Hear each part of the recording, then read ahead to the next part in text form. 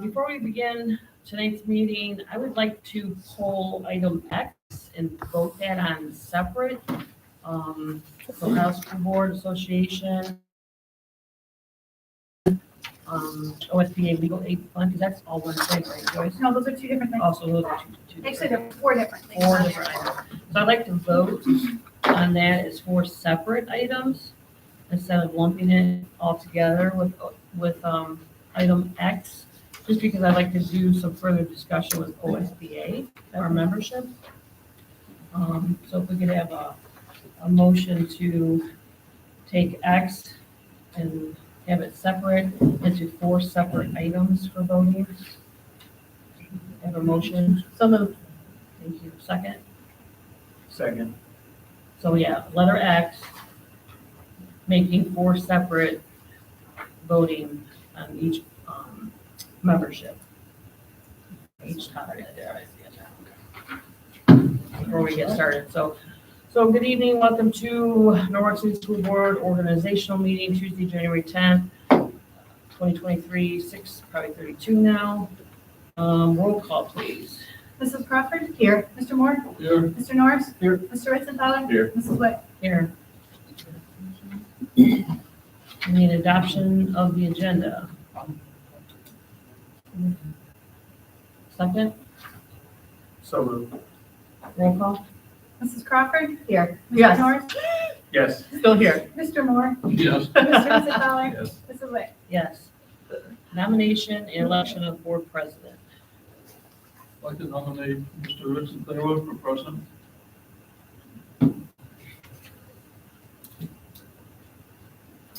I want to nominate Lisa only because she's made it very clear this is her last year. She's not rerunning. And I'd like to learn some things before she leaves us. I appreciate that. I appreciate that.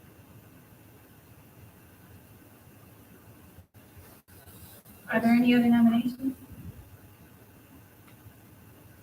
Just need that. We do need a majority, 3 out of 5. Mrs. Crawford? Lisa, Mr. Moore? Galvin. Mr. Norris? This way. Mr. Ritzenthaler? Row. Mrs. Wick? Myself.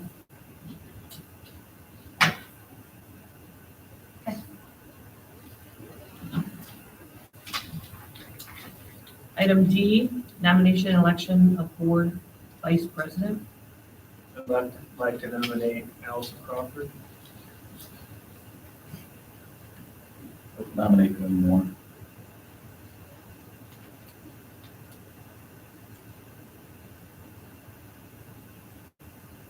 Any other nominations? Same format? Mrs. Crawford? I know.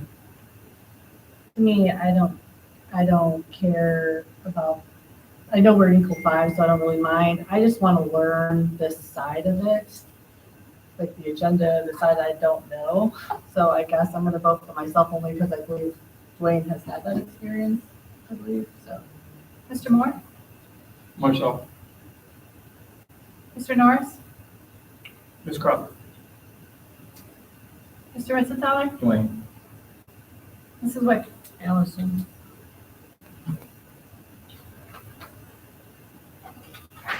Annual tax budget hearing and adoption. Okay, I put a tax budget at everyone's place.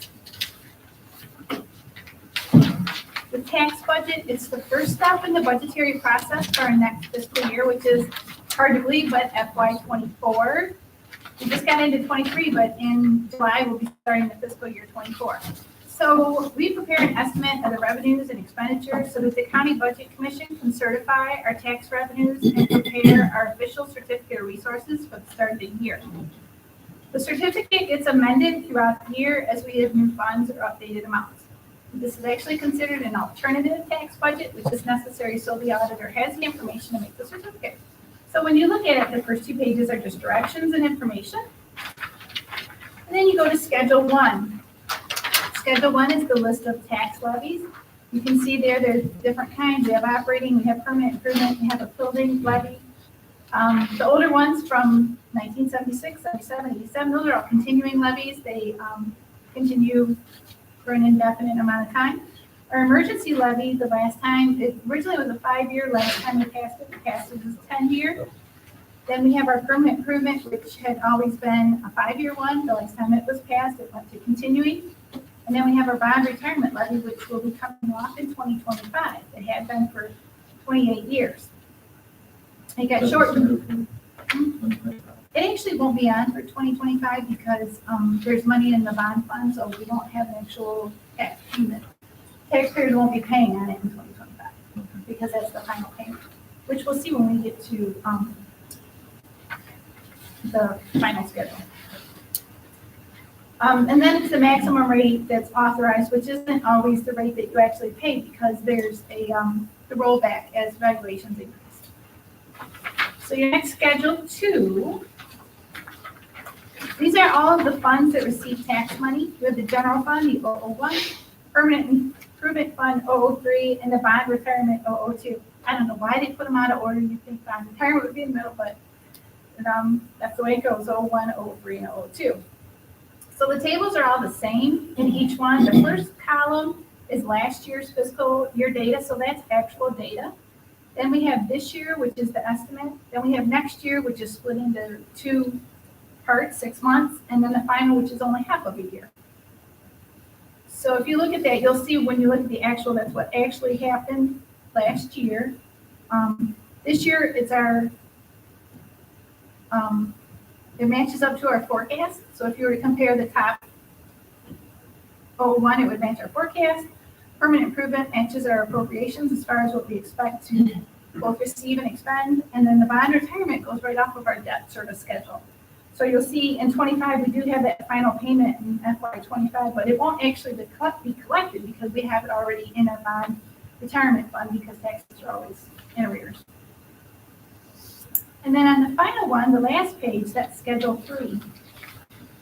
So Schedule 3 is all of the tax revenues that don't receive any tax money.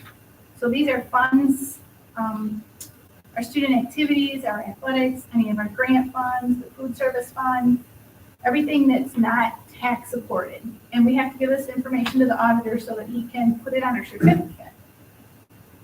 And we're required to have this in to him by January 20th, which is why we always have to have our organizational meeting before the 15th, which is also another requirement.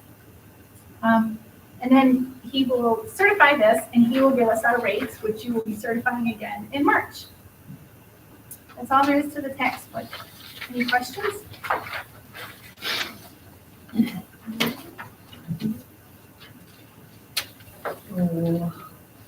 Motion to approve.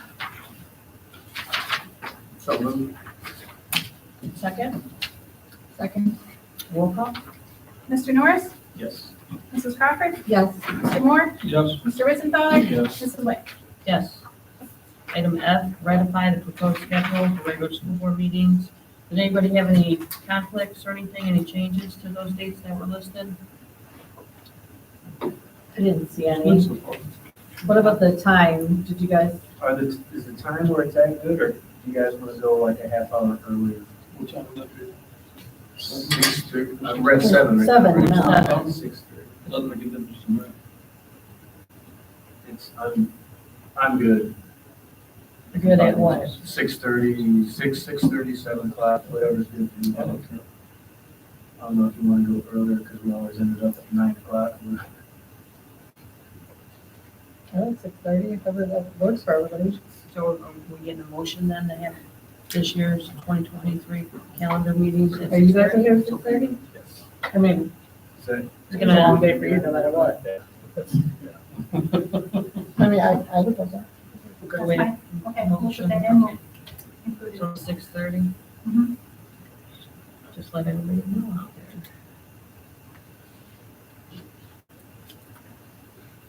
there. Okay, item G, Norwalk Ohio News. Norwalk Reflector has a newspapers of general circulation in which full legal notices will be published. H, establish the board service fund for fiscal 2023 at $2,500. Board membership compensation at $125 per meeting. For board resolution, January 2020 for new members, and $80 for current members due to state law elected official compensation rules.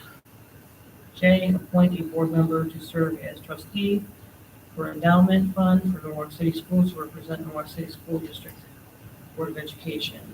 I believe, Allison, you were before. Yeah, I'm doing it now. If someone else wants to, that's fine. If not, I like it. I mean, I don't care. Does anybody else have When I interest? don't forget, meeting one time. So Allison's gonna stay with that. Everybody's good with that? And then K and L, we're gonna skip over since we're making some changes at item X there. F, designate the treasurer and or superintendent as designee for public records training, and appoints of the following standing committee for 2023 audit, finance, building grounds, and I believe we all are on that as a whole, correct? So no changes there. O, authorize the treasurer to pay all bills within the limits of appropriations as bills are received and when the goods and or services have been received as ordered, and provide a list of invoices paid to the Board of Education at its next regular meeting. P, authorize the treasurer to modify appropriations as deemed necessary, provided all such modifications are reported to the Board of Education at its next regular meeting. Q, authorize and appoint legal counsel as needed for Couple Wagner, Chest Sumner, Associates, Squire Sanders, LLP, and Bricker Eckler. Authorize treasurer to purchase liability insurance for board members, superintendent, and treasurer. S, authorize treasurer to borrow money from commercial sources. Authorize the treasurer to credit interest earned on the following funds, 2023, to respective funds with all the interest earned to be credited to the general fund, auxiliary service fund, 401-9023, Norwalk Catholic Schools, trust endowment funds. I'm not gonna read all these numbers. The construction fund. Now, the construction fund meaning It's the 004 fund. There's remaining money to that's in a finish out. separate account from the Okay. bonds when the From- high school was built. Okay, And that's that's right. in a totally separate account. It's not, Okay. Food service. And then authorize treasurer to request tax advances from the county auditor for per ORC 321-34. Authorize superintendent to hire between board meetings. Authorize superintendent during periods when the board is not in session to make offers of employment directly to candidates either teaching or non-teaching positions on behalf of this board, and to acknowledge acceptance of such offers on behalf of this board, subject to subsequent vote of ratification by the board, provided however that upon ratification of this board, the employment shall be deemed effective as of the date and time of the employee's acceptance of the superintendent's offer. Nothing in this resolution shall supersede state or federal requirements. W, authorize superintendent to accept resignations. Authorize superintendent on behalf of the board to accept resignations which have been submitted to the superintendent by employees during times when the board is not in session, subject to ratification by this board, provided however that upon ratification by this board, such resignations are deemed effective as of the date and time of the superintendent's acceptance. Can I go to the cashiers and go back? Okay. Y, appoint the following building cashiers for calendar 2023 as listed. And then item X, we're going to separate out and vote for these separately. Ohio School Board membership, the OSBA. The only reason why I'm bringing this one up, there's been a lot of talk of public schools not renewing their memberships. I know out of my 7 years, 5, I've gone down to the Capital Conference. This last one, being the delegate and being part of that board meeting, it's the same situation here. They have a board and then, I guess, very disturbing to me, in my opinion. So my question is, do we have to continue this membership with the OSBA? What do we use it for? Obviously, they list classes for us for further education. How many people go to that? They have the Capital Conference. Who goes to that? I mean, as far as legal, questions, we have our own legal team. So I'm asking that we don't renew this membership. I guess we need a motion, or do we technically, can we just pull it? Do we even have to vote on it? So I don't think by law legally we have to vote on it. No, I mean, we switched our, just Pepple Legger's policies. So we stopped Right, using right, them. we don't have, Is there any, is So- there any so I benefit at guess- all? That's something that we should have further discussion or. Correct. can we do that? I mean, I'm okay if we maybe discuss it Is there a further different conference we can at a, attend? that's, like at a workshop. We can separate it out. When do you have to OSBA pay is, it? Is there a different? When do you have to pay it by? The end of January. I mean, we could join. OSBA is basically professional development for our board members and capital conference. Both Brad and I have separate organizations that we receive basically the same information that you receive from OSBA. So there is that. I do have to say, the Ohio Professional Equity and Adequacy and Ohio Educational Policy Institute, which was the ETPI, the tax policy, I do use both of those organizations a lot. Right, that's So I why would we like separated those, that out. but OSBA, if you want to have further discussion, or, I mean, if you guys don't want to actually vote on it and just kind of pull that, Yeah, he recommended that we table it for now, and Okay. then we could maybe look at what our other Just- outlets are for I think we should education. list the pros and purposes. cons, I guess, of it, just because there is a big buzz out there with other board members. How much does it cost the district for us to be involved with OSBA? I have it here. $600. I have it here. How many other schools have pulled from them in the state? They average 1 to 3 a year that withdraw. Right now, they're estimating 5 to 10 for this year because of that last capital conference. You mean just 5 to 10 schools? or- Yeah, districts. There's just over 600 school districts through the OSBA. So that's not really that many, what we have when you look at the percentage. I guess before we say we want to continue the membership, I'd like to have further discussion on it, so X, we're gonna pull out the OSBA, but we're going to, keep in the Coalition for Equity, your, Educational Policy Institute membership. And then OSBA Legal Aid, is that the same, or is that something totally different? The legal aid is a separate fund from the membership, and it's basically so they can do like basically a Friends of the Court whenever there's some sort of legal thing that has to do with public education, that they're able to do a brief and join into that. So that's what it's for. So that's a separate Mhm. membership thing for it? That's $150. Okay. Why don't we table all OSBA talk and then come back to it once we, what do we gain, what do we lose? Okay. Do we need a motion to do that? Well, you separated it out. Right. So let's go ahead and take the motion and discussion on all of the other items and then do that After, okay. separate. So the motion for approval are items that we have discussed through Y, except pulling out the OSBA attachments. So, motion for approval. So moved. Second, Second, roll call? Mr. Norris?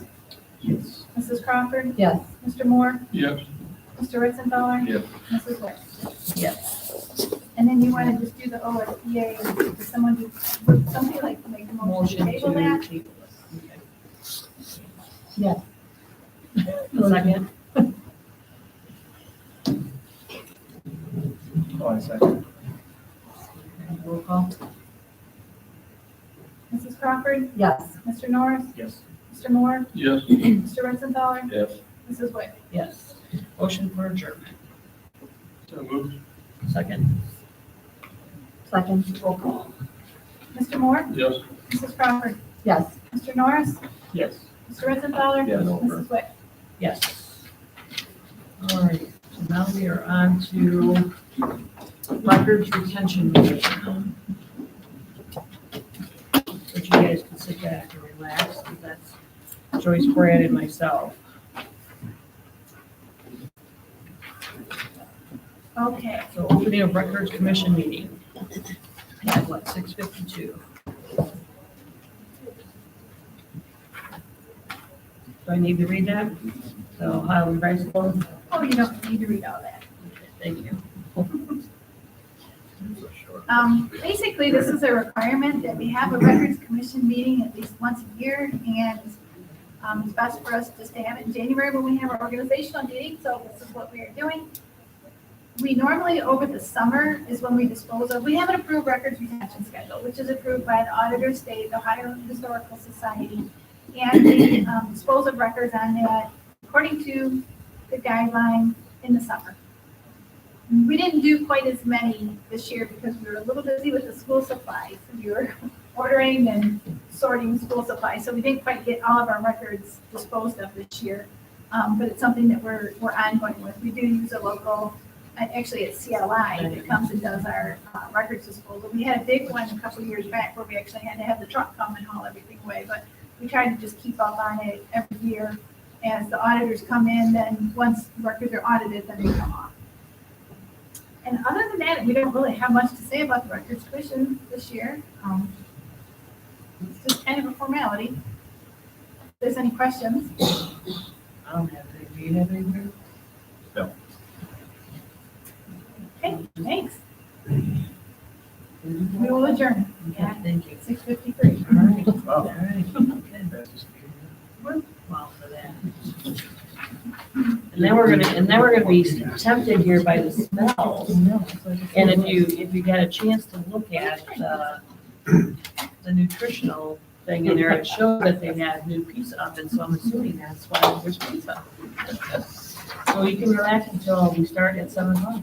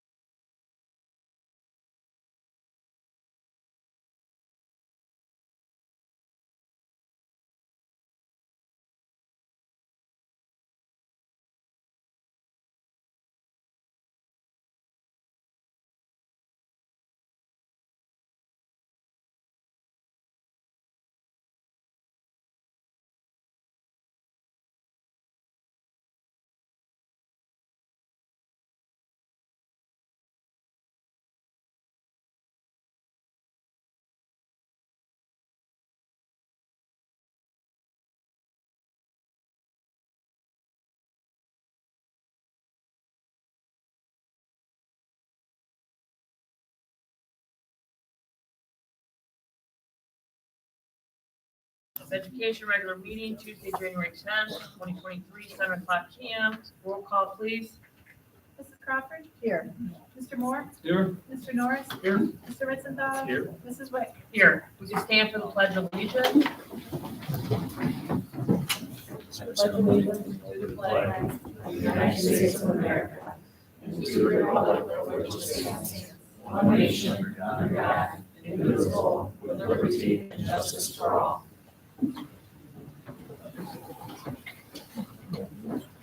Can I have a motion of the adoption of the agenda? So moved. Second, Second? roll call. Mr. Norris, Yes. Mrs. Crawford, Yes. Mr. Moore, Yes. Mr. Ritzenhour. Yes. Mrs. Wick. Yes.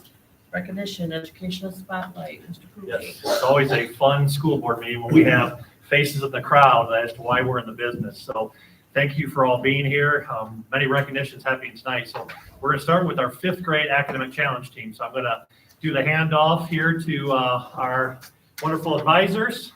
And if you want to talk about your season and all the things that went well, and then for each of you that are on the 5th grade team, we have certificates. So we're asking you, once we're done talking, we're going to give you a certificate. You have to, unless you're sick, shake our hands, all right? Going through the line, and we'd like to recognize you.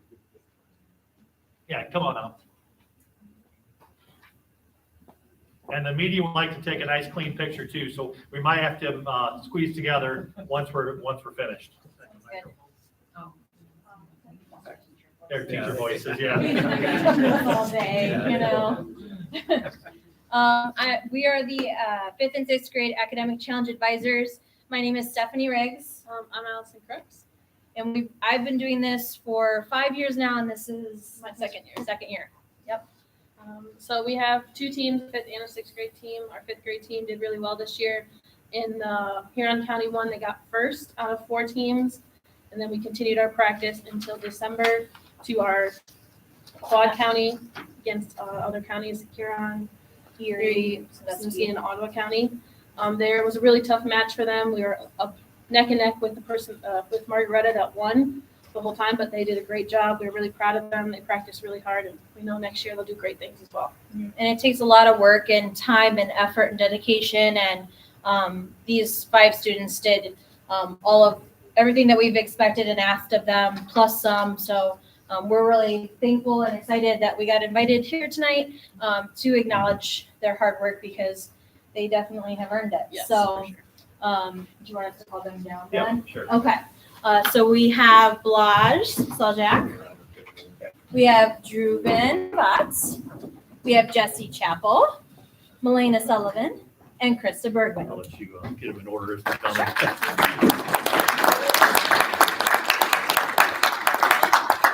And then just kind of, yep. Congratulations. Start with Mr. Bowman. Don't forget Mr. Bowman. Don't leave him out. He came right. Congratulations.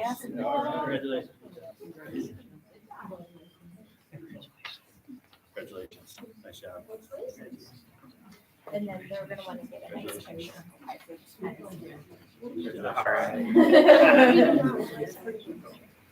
Yeah. So So if you guys want to come, it's like we can move out of the way here, and then you guys take a nice picture so you both can.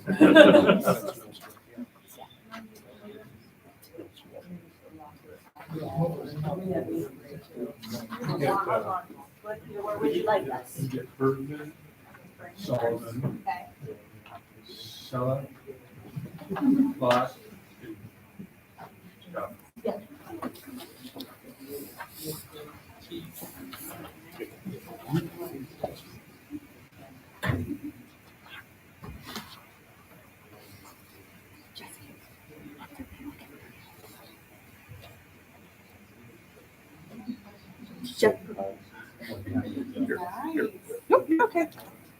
Congratulations. Here's the thing, before you guys leave, you get to have pizza. They brought pizza for us. So no joke, when we're done with all the recognition, you get to take pizza before you go home. So even if you had supper tonight, this is the dessert for you. Thank you. This time, our 8th grade academic challenge team, also county winners, Mr. Swartz, principal at middle school, is here to do the honors. Can I have Mrs. Freeze and Mrs. Lassen come down?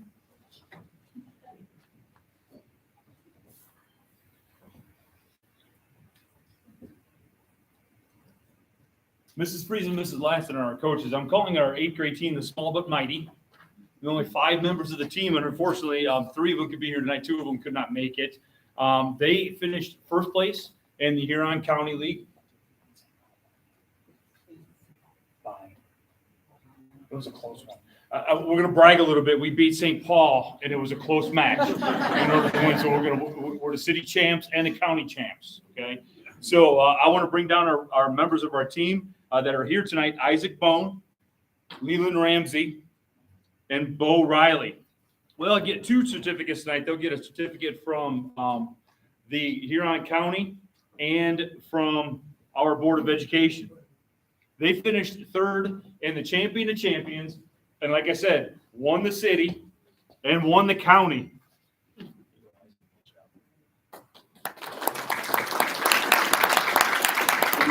Hold on, Isaac. We'll start this. Congratulations. You get 2 and pizza. You get 2 and pizza. And pizza. You have to. It's a good thing.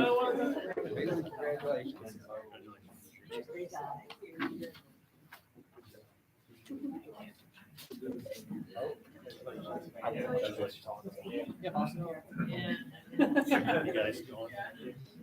You say anything? Okay, good. All right. Yeah, You want to talk? yes.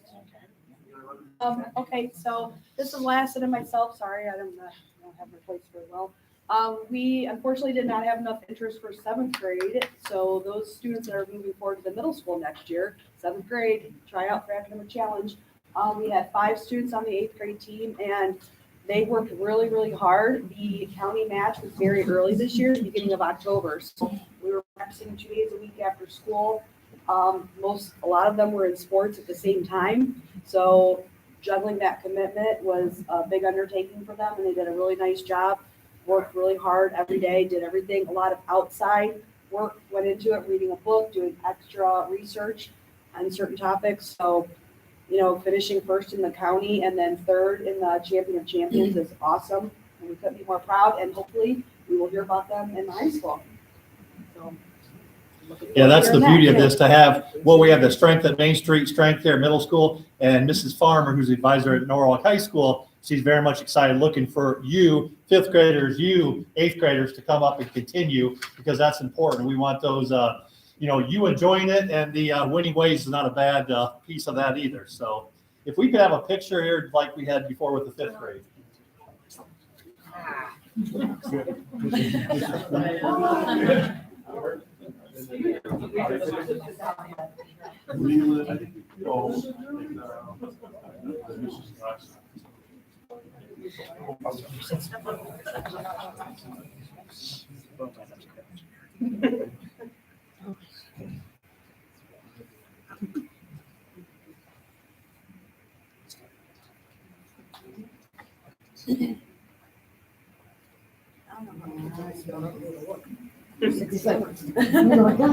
Smile, everybody.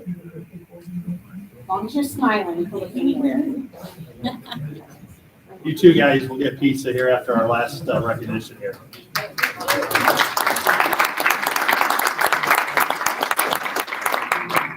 Our 3rd group being recognized tonight is actually the Sister Act, and I'll hand it over to Mr. Kenya. So we have Principal Norwalk High School and cross-country coach to speak to our sisters here. All right. The Killer Act here at Norwalk High School. Xavier and Zuri, I'll have you guys go ahead and come on down here. So it's my honor to recognize Xavier and Zuri Immel as the agenda as qualifying for the state cross-country meet this year. It is, that would be probably the least to recognize them for. Both of these 2 young ladies reside on the principal's list, which means their GPA is over a 4.0. Both of them, the reason why we recognize in cross-country January, because one had a swim meet and one had a basketball game in December. They're 3 sport athletes on top of it. So you had high academics, high athletics on top of it. And of course, we got track in the spring, of course, to look forward to. And Zarina actually at the state track meet became our first at Norwalk High School, all-Ohio cross-country runner since 1996, when Austin Chapin, my teammate, was the last one to do so before this building was built. So that's quite an accomplishment. And we have freshmen and sophomores, so we hope to have more of that as we go into the future. So congratulations very much. And congratulations to Coach Pope, the coach up there who took a break from our young one here to say hi to them. So congratulations.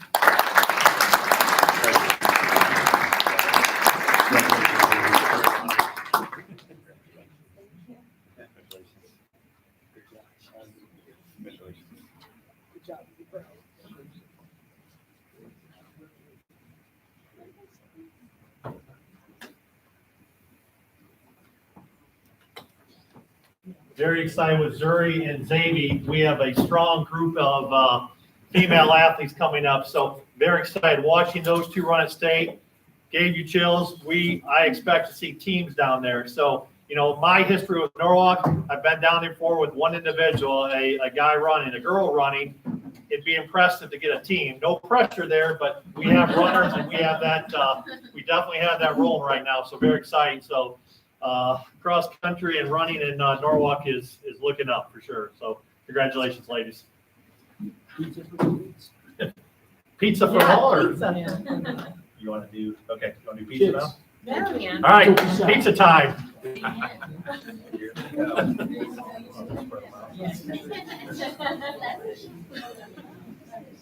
Don't be shy. Come and get it.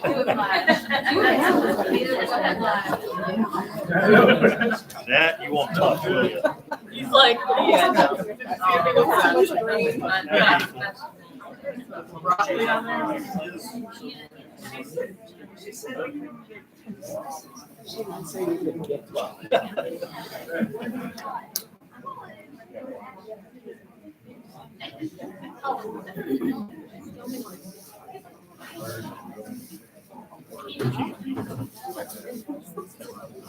Oh, they used to get like meat on them. I realize.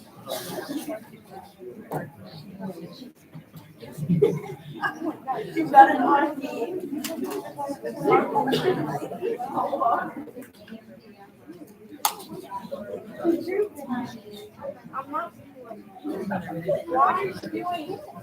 It's all about me.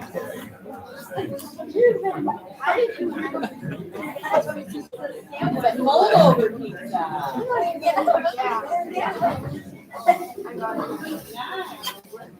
I know we were supposed to.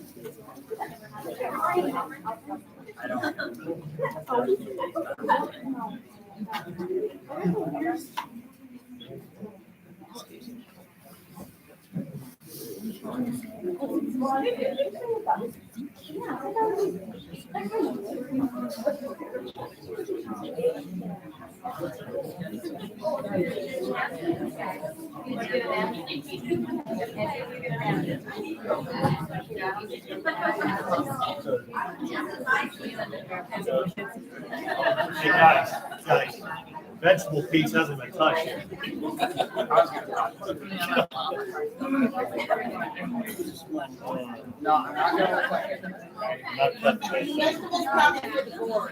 I know. We'll tuck healthy away for a later time. Anybody else want pizza? We have plenty. Anybody else? Come on down. Are you eating that or are you just faking it and be the first one who takes it?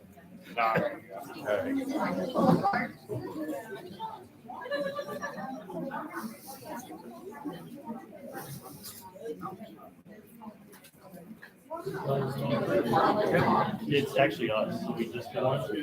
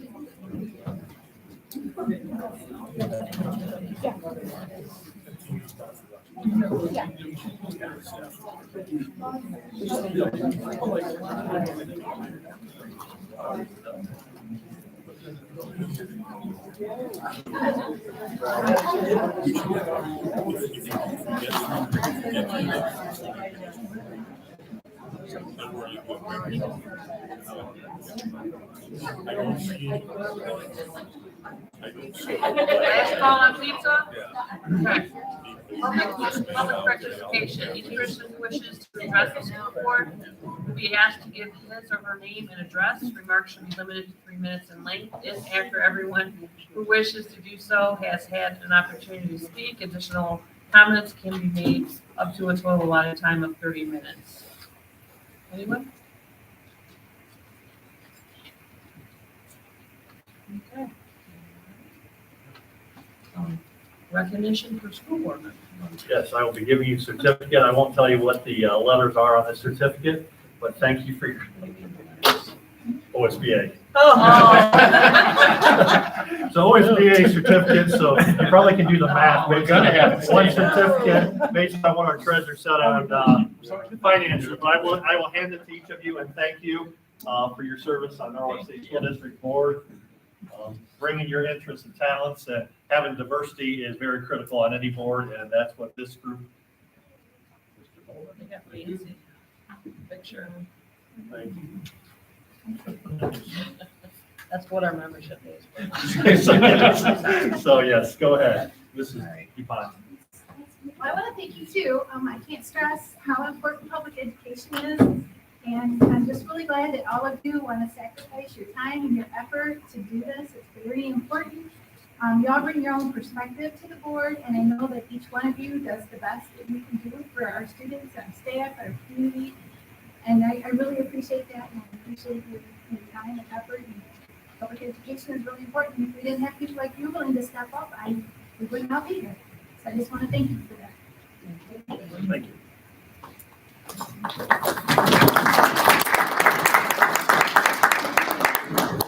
And treasurer's report. I'll discombobulate it.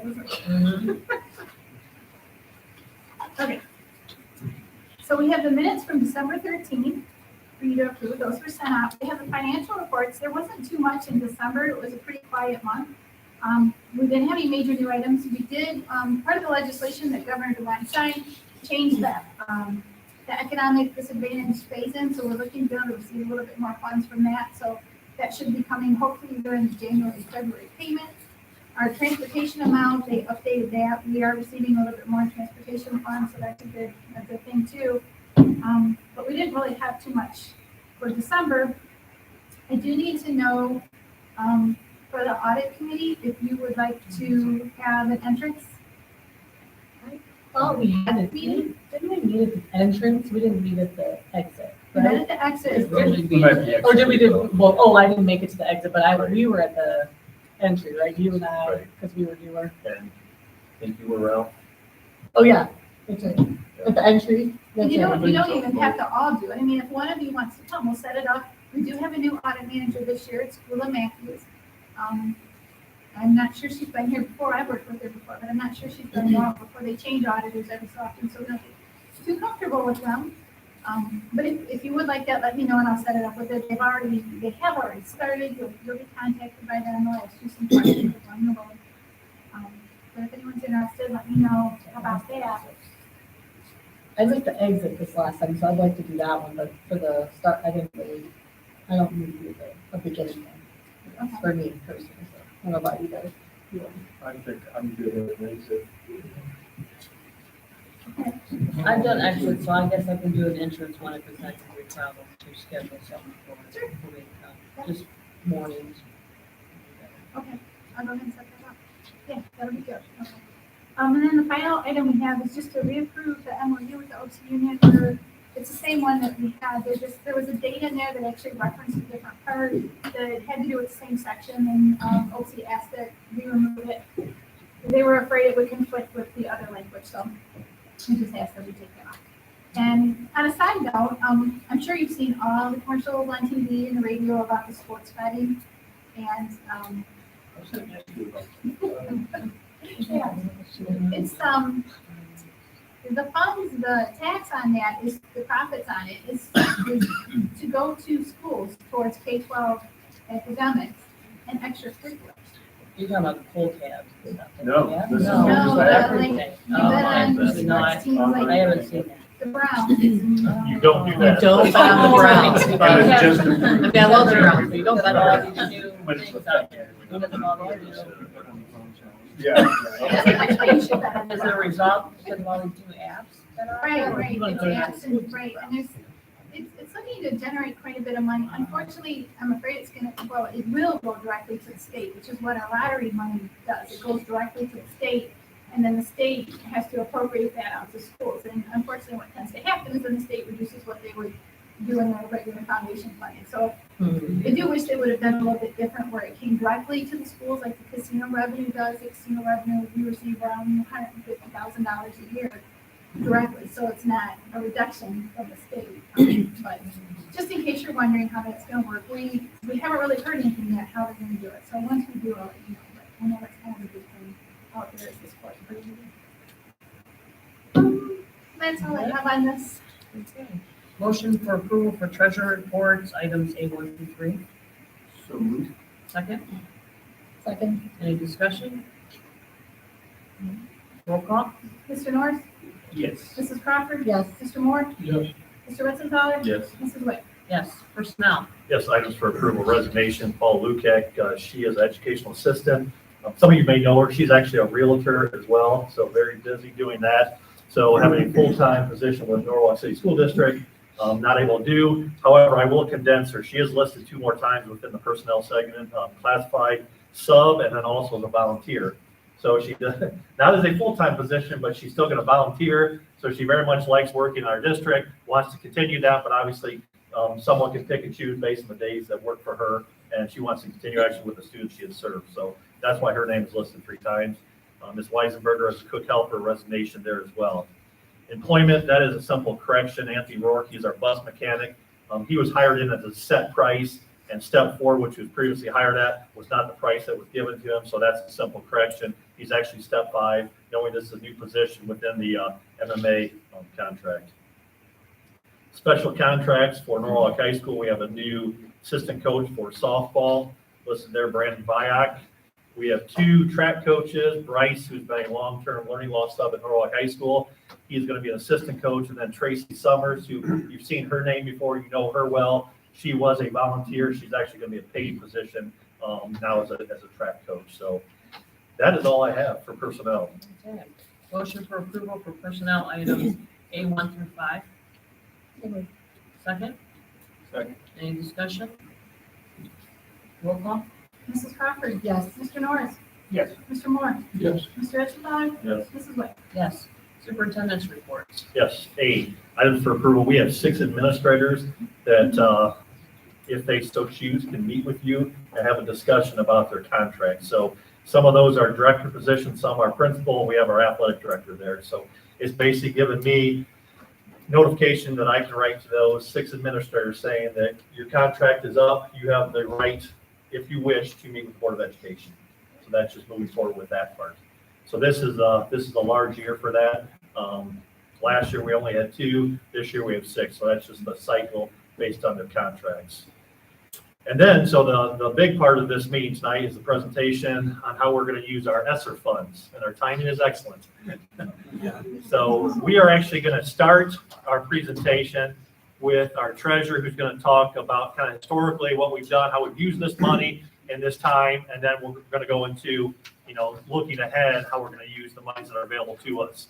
Understand, having good people is always number one. So we're going to be talking about programs and kind of items that used in education to make our system run well, but obviously we want to have ESSER funds available to do some of the things we have done, which is supporting our students, and having good people is always far more important than programs and technology, Mrs. Gerber. So this is the time. Okay, so I did pass out a list of what we have spent so far, our COVID funds on. So I thought we'd go over that before we talk about what we're going to do in the future. First off, I want to remind you that when the COVID pandemic started in March of 2020, that the state, both in 2020 and 2021, reduced our basic state aid, what we call the foundation funding, by $449,453 in both years. That was 3% of our total state foundation funding. So then in January of 21, when the state realized that they weren't as bad off as they had expected to be, they also received a lot of federal money. They reduced the reduction by $246,496. But that did leave an overall reduction of our state funding at $652,410. That was on top of the fact that our foundation funding in those 2 years, fiscal 20 and 21, was frozen at the fiscal 19 level. There had been no increase. So before we start thinking about all this money that we've spent, I just want you to remember that we also lost a lot of money before that. So, under the federal funding, we've been awarded 4 grants: the CRF, the ESSER 1, ESSER 2, and ESSER 3 ERF. They're all on a reimbursement basis. This is different in counties, cities, the state. They all receive their funds. They just get a check in their bank account. School districts, on the other hand, have to spend their money and then be reimbursed, request reimbursement. And sometimes you'll see they just talked about appropriation at the state level. They were appropriating more money to schools. That wasn't a new appropriation. That was just our federal funding that they're holding that they have to give to us. So it kind of sounded like schools were getting more money, but that was just right here. So our first batch of special money was the Coronavirus Relief Fund, or the CRF. Total allocation was $131,245.51. We used this money to pay for our subs for our employees that were on quarantine. We paid subs that were quarantined. Remember, this is when the family's first special, we had to pay to them. We had to purchase instructional supplies for remote learning. We stocked up on cleaning and sanitizing supplies. The money was available as of August 2020. It was completely expended by the following August. Next was ESSER 1. ESSER stands for Elementary and Secondary School Emergency Relief, for the ESSER coming up. It was $630,858. They did have an allocation of $43,372 in what we call equitable services. This is funding for private schools that's funneled through the public schools. That funding went to Norwalk Catholic, Firelands Montessori, Immaculate Conception, and Silveryville schools. The ESSER 2 and 3 allocations for the private schools went directly to the ESCs for them to do their fiscal agents. But in ESSER 1, we still had them. We spent our ESSER 1 allocation, salary and benefits, for 6 elementary teachers that were doing remote teaching. You'll recall that we were in school 5 days a week, but we were also doing online learning. Parents had the option to stay home, their children could stay home, but we did online learning. We also spent over $200,000 to purchase Chromebooks and teacher laptops. We added wireless internet to the school and stadium parking lots. This money was available as of October of 2020, and we completely spent it by June 2022. ESSER 2 followed. The total allocation was $2,353,762.02. It was a lot more money. We still paid those 6 elementary teachers their salary, their benefits. Then we added our long-term building subs. We called them our learning loss tutors. Started with 1 each building, and we went up to 2 per building this year. We paid our summer cleaning help. We paid additional aid help for school buses.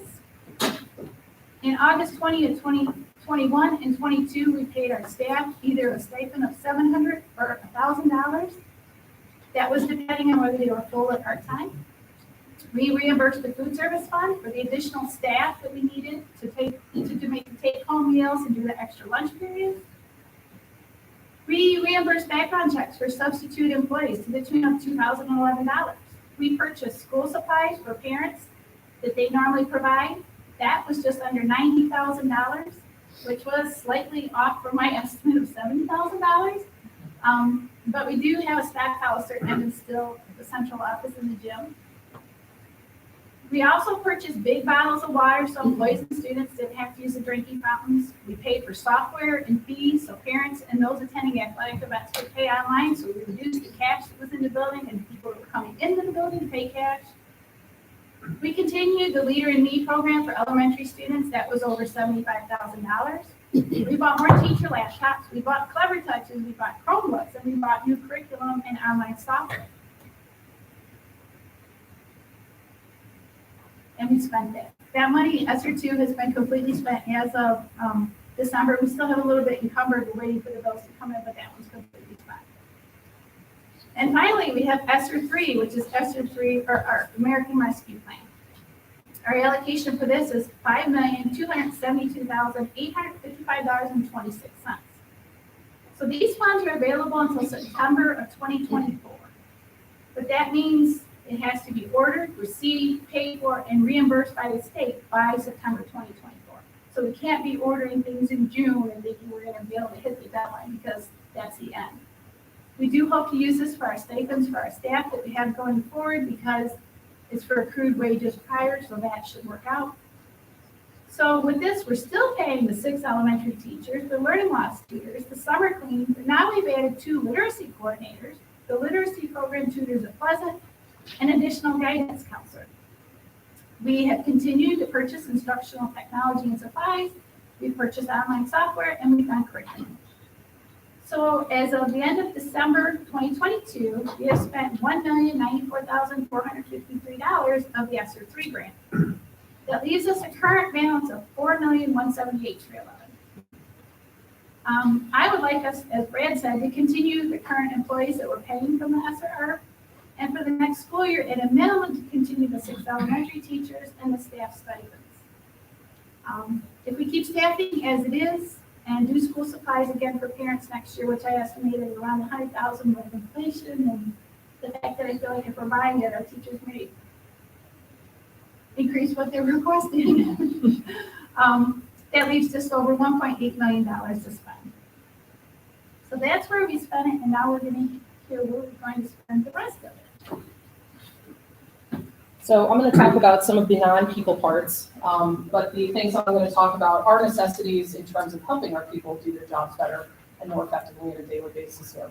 So the first major thing that I'm going to talk about is from a technology standpoint for our infrastructure, which is our phone system. So we currently have about 330 physical phones in the district. They're Cisco brand. You can see one on the wall here, obviously. We go through a company called Presidio that actually provides technical support to them and provides the actual system for all of our names, numbers, and the system that we keep track of all of our voicemails and things like that. We have 2 call handlers, one at the high school and one at our central office, that actually all of our calls go through, and that saves all of our voicemails for us. And in each building, we also have voice routers. So Frontier actually provides our actual phone service and enables us to make phone calls. So unfortunately, our 2 servers are at their end of life. And what that means is that we're no longer going to have any technical support for them, and there's no updates available. So if you think about it, like if you had an iPhone 4, Apple doesn't service those anymore, and likewise, we aren't going to get service for what we have now. So unfortunately, we can't keep the phones if we update the server. So we'll have to update all of those pieces to it. So we've had these phones, though, that being said, since about 2010. So we've got very good life out of them. We've been very happy with the service that we've had from Presidio. On our end, from the technology department, most of what we've had to do is just shuffle around numbers. And sometimes the phones break occasionally, but other than that, we're very happy with our system. So in looking at replacing this, we're looking at replacing all the physical phones in the district, the servers, the voice routers, brackets for the walls, keeping with Presidio, and the cost for that is about $145,000. So that will give us all new equipment, and will also provide us with our licensing and technical support that we need. And then Frontier will continue to provide us with our actual phone service. And our plan for that going forward is to do that during the summertime, obviously, when there's no staff or students, which will make everybody's life a lot easier. So that's the first major project that we have. The second major infrastructure project we have is to replace our access points that we currently have. So you can see we have the giant one back there that's lit up. We have one here, and all the fiber ones that connect those throughout our entire school district. So we installed what we currently have in 2016 and 2017, and we have about 173 of them throughout the school district. Like our phone system, our access points are going to reach their end of life next April. And so we could put off doing this, but while we have this money now that would not come out of money that we would allocate other places, this is a good opportunity for us to make that necessary replacement. And it's not just a necessity because of the end of life aspect of this, but we've had a lot of major changes since 2016, 2017. So one of the major areas that Mrs. DuPont talked about was COVID. And when we all went home and we had a lot of digital teaching and a lot of things like that, that increased our reliance on technology and digital programs, and our teachers have kept a lot of those things. In addition to that, we've also added a lot of different devices and newer devices to our network, and we're using the same bandwidth and the same connectivity that we used 6 years ago. So a lot of programs you'll see now, a lot of curriculum companies, our textbook publishers, they now rely on digital materials as well as the print materials. So you'll see the textbooks, the worksheets, videos and things like that. A lot of those materials for our students and our staff are in digital format. Along with that, we also have a lot of testing things that happen on our network as well. So our state testing, it's all done through Chromebooks and spaces like this. And even the PSAT and the ACT are moving towards that digital format too. So that's only going to increase. And in order to provide good connectivity and good service to our teachers, to our students, we're going to have to make that upgrade as well. So what we did was have a company called VEC come in, and they surveyed our fiber runs, they surveyed our access points, they looked at how many devices we currently have, and they also took into account the fact that we have purchased more Chromebooks in order to accommodate state testing, our iReady program, and all the stuff that we do on a daily basis. And so based on those recommendations, what we want to do is replace all of our current access points, and then we want to add additional access points in areas where we have trouble with connectivity. Some of those include classrooms, various spots in the building. Even this space, if you put over 100 people in here, they're all on devices. We have that with our team leadership, for example, when you're in here for conferences. We have it for professional development for staff. In order to better accommodate that, we should upgrade our products. So we want to make that upgrade, add additional ones, and also improve the fiber runs as well. Along with some federal grant money that we can get, the approximate cost to the district will be about $60,000, which is actually very, very good considering the scope of what this is going to entail. And that would give us roughly 7 years use out of this updated equipment. So that's very excellent. And this would be another project that we would do over the summer. That would obviously be pretty substantial to have every access point in the district, but we would work our way around the buildings and make sure that everything was ready for when we come back in the fall. So that's our second major technology infrastructure component. The next thing, where we'll get into a little bit more instructional and fun stuff, are Clevertouch devices. So when I first started in my position, these were primarily scattered about our elementary buildings. And you can see an example one over here. This is a Clevertouch machine. We're going to get a little demonstration here in a minute. And all of the classrooms at Lee, which is where our teacher, Mrs. Baker, is from, they all have these in their classrooms. Most of the staff at Pleasant also has these. About half of our Maplehurst and Main Street have them. We have one at the middle school and 0 at the high school. And so what we're looking to do is to fill out our elementary classrooms and then also add them to the middle school and the high school. And from kind of the technology logistical side of things, if you've seen our current classroom setups, we have various setups throughout our district. So we have various different types of carts. We have different brands of projectors in the ceiling. We have VCRs in some case, which I don't think anybody uses anymore. DVD players, or at least shouldn't. We have the, kind of old school red, yellow, and white cables that connect to everything. I see some teachers nodding out there that we've got 8 million cords right now.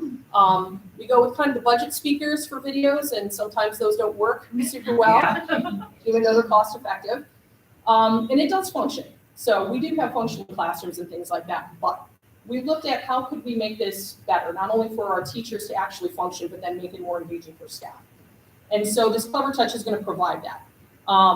Mrs. Baker here graciously volunteered to kind of walk us through a brief presentation of how she actually uses this with her 4th grade students. I'm going to try to give you just a snapshot of how I use it. Jen came and watched me today, and she was there for like an hour and 10 minutes. I'm going to try to take that and put it into like 5 to 10 minutes for you. So if you have any questions, let me know. I'm just going to show you how I personally use it in my room, and it's on all day, every day, from the littlest thing to the biggest thing. So we start our day simply with a buying pattern. The kids come in, they do this themselves. I don't have to figure out and ask them. They just come in, they move their name wherever they're going to go.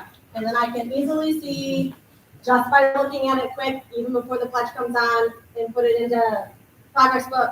Whoever's absent is going to be at the bottom. And I can just count quick who's fine, and then that's all I need to do. We're good to go. And that also gives them a sense of responsibility in the morning. They have to go do it. It's not my job to determine who's here and who's not. They know that. So that's how we start off our day. And then we instantly go into Rocket Math. Rocket Math for us is just practicing your facts. So I can quickly just pull up my timer. It has sound, so they love it. They go through, we have sound, it'll play. They practice for 2 minutes with each other, and then they take a 1-minute time test. From there, we quickly just go into our daily math review. All I have to do is switch over to my HDMI. I didn't get a chance to get this set up, but we have a daily math. I can pull this up. They take a few minutes, they answer their questions, and then it can become interactive because I can write on here. Up to 4 students at a time can come up to the board, show their work. You can see here, all I have to do, I can use my finger, I can use the pen. They're showing their work, they're writing in their answer. But the good thing about it is more than one person can be up here at a time. So I can call up 3 to 4 people depending on what we're doing, as long as they have space. They answer the questions, and then they're taking ownership over what they're doing. It's not just me standing up here all day.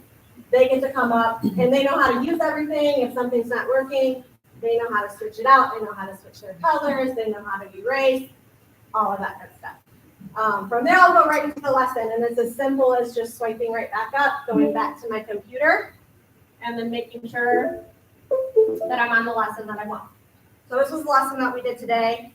Again, it has speaking in here, so it's not just me rambling on all the time. Sarah bought a piece of ribbon. The length of the Read the ribbon question is for given them. in tenths. Write the length as 2 other equivalent fractions. Solve this problem any way you choose. So this is one of those ones where they get to pick how they want to do it. So I might say, all right, let's see here.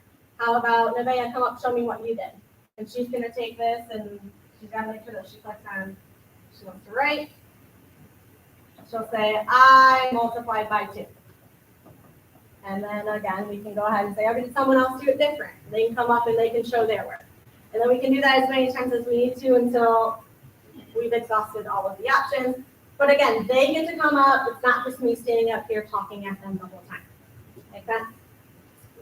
From there, then I just continue to keep going. We have a little visual learning piece that is also like a video. So I have my talking, and then we have a little video that's going to explain everything that we kind of just talked about and what we're learning. How can you use division It's going to to go find through, equivalent it's going to give fractions? them models. Let's it's gonna find give them all out. these different things. In early May, Oh, not what I wanted.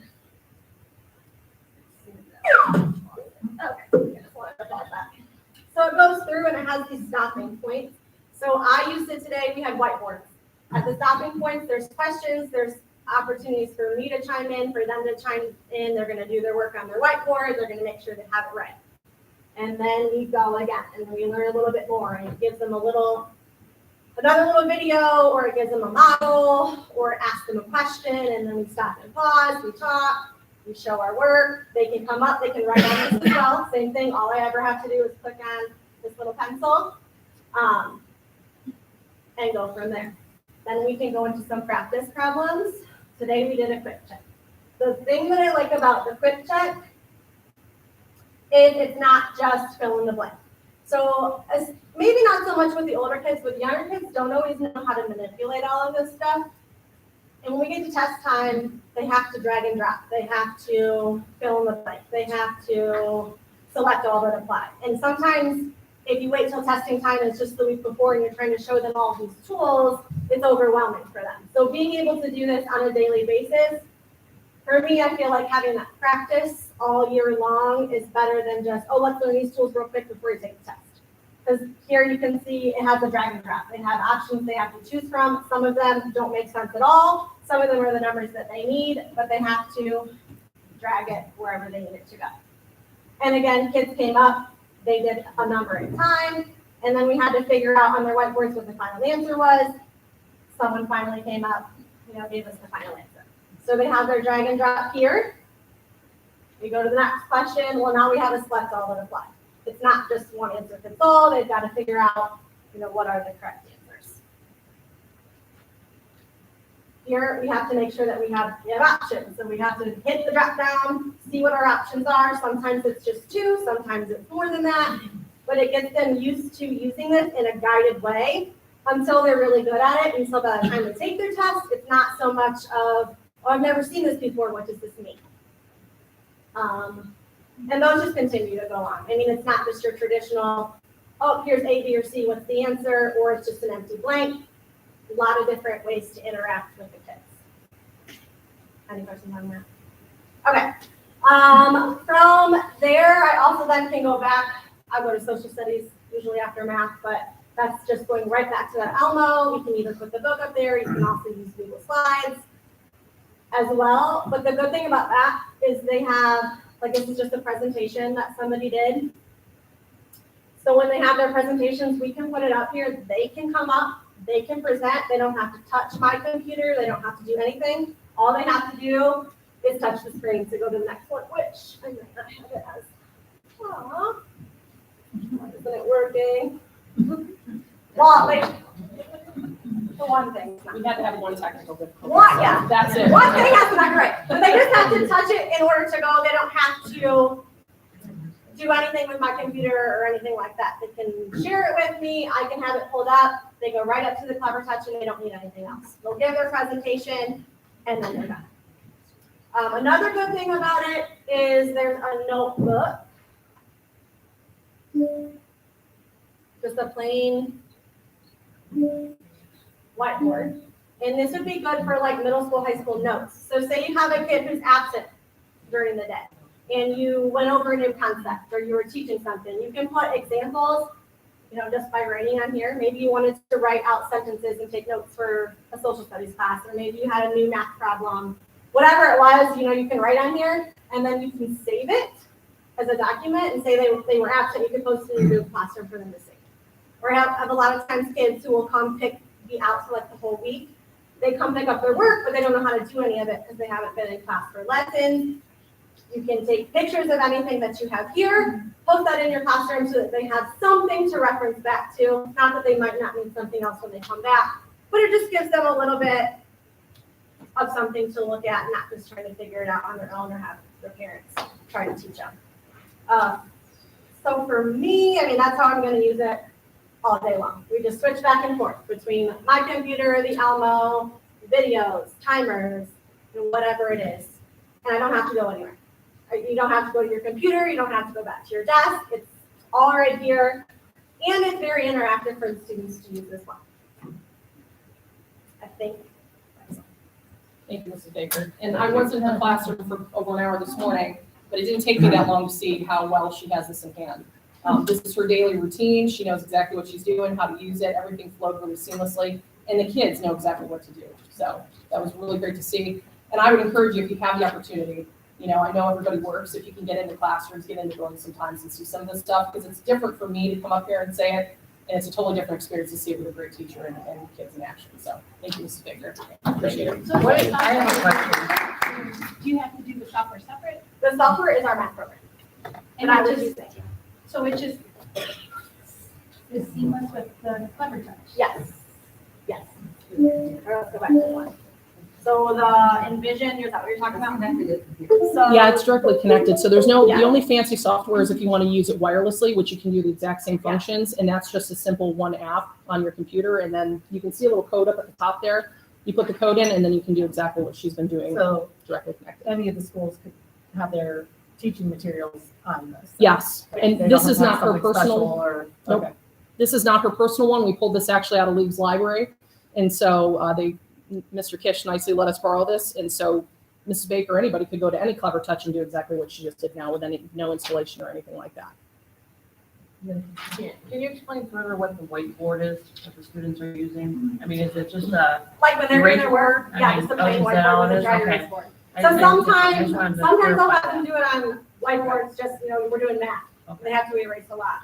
So we use whiteboards a lot. Sometimes it'll be their book.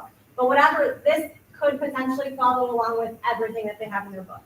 Sometimes we just do it more with, it's something that they're learning. They haven't done very much. They're going to have to try multiple different ways, or we want them to try multiple different ways. The book doesn't always have a ton of space. So sometimes I'll start off with, let's do whiteboard work, and then we'll put the whiteboards away and get off the book. Maybe a dumb question, is it just one size or is there different? No, I'm sizes? glad you asked that. So that's the smallest actually, which is 55 Oh, inches. okay. There's a 65 inch that some buildings have used, and then there's also a 75 and an 86. Yeah. And at the middle and high school, because of their classroom setups, we're looking at the 75 and the 86 inch. And that makes sense. I mean, you used to have chalkboards and then huge marker boards, so I wondered how that was gonna. Yes. Do you have another bigger one?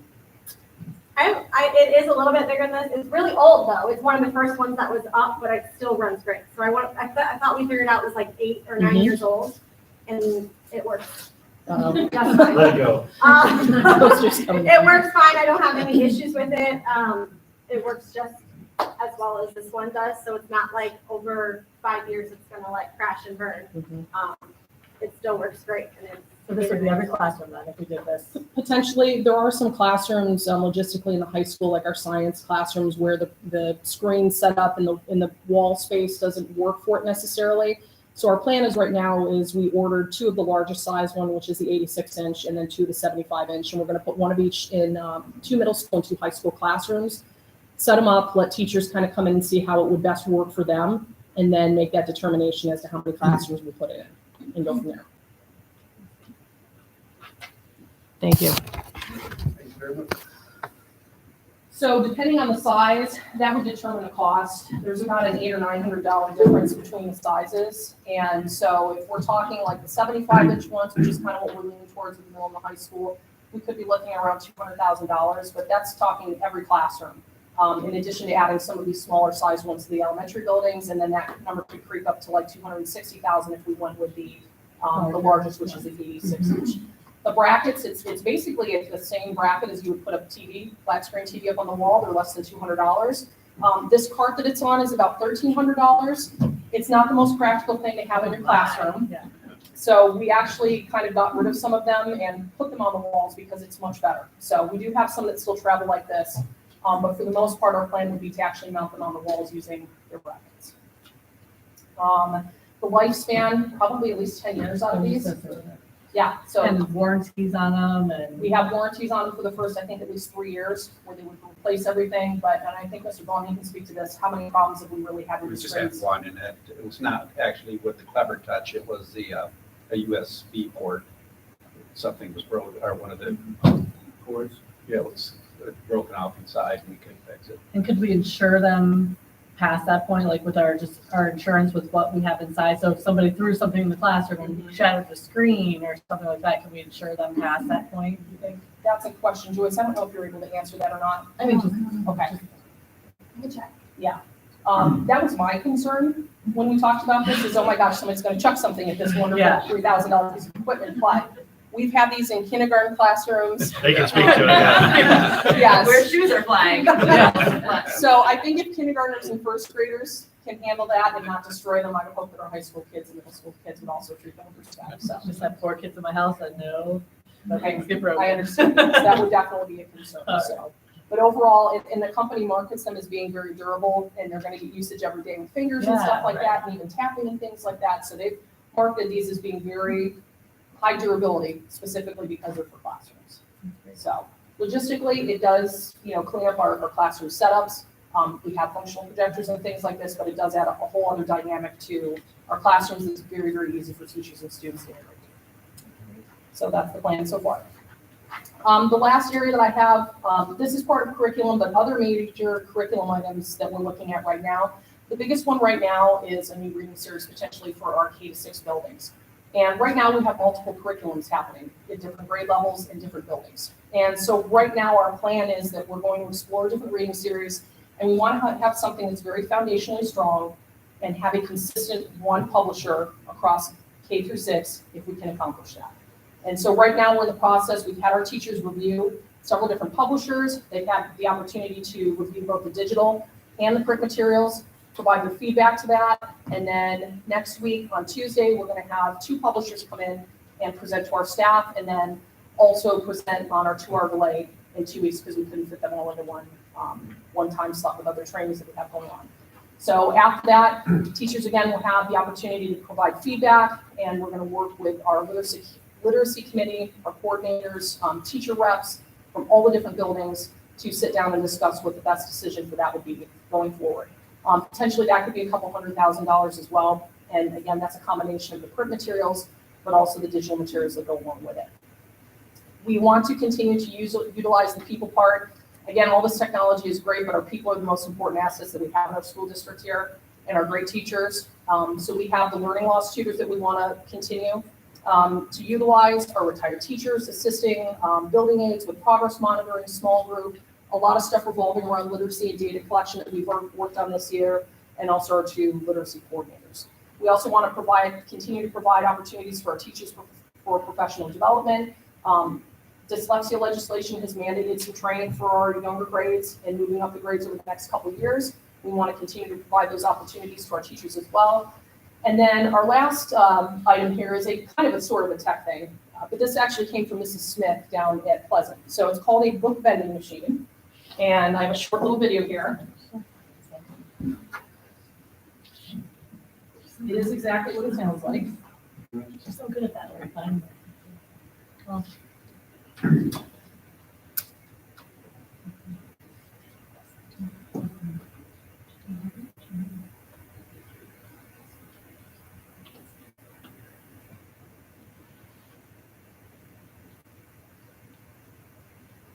pretty great stuff coming here from Independence Primary School.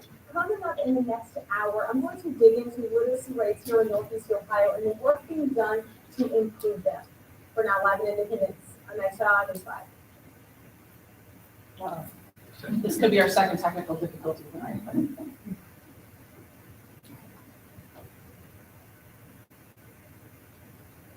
Well, what is it providing free books to kids? Or there's Reach Out and Read Greater Cleveland, providing 31,000 free books every year at 25 local health centers. They had those letters. They like that poster.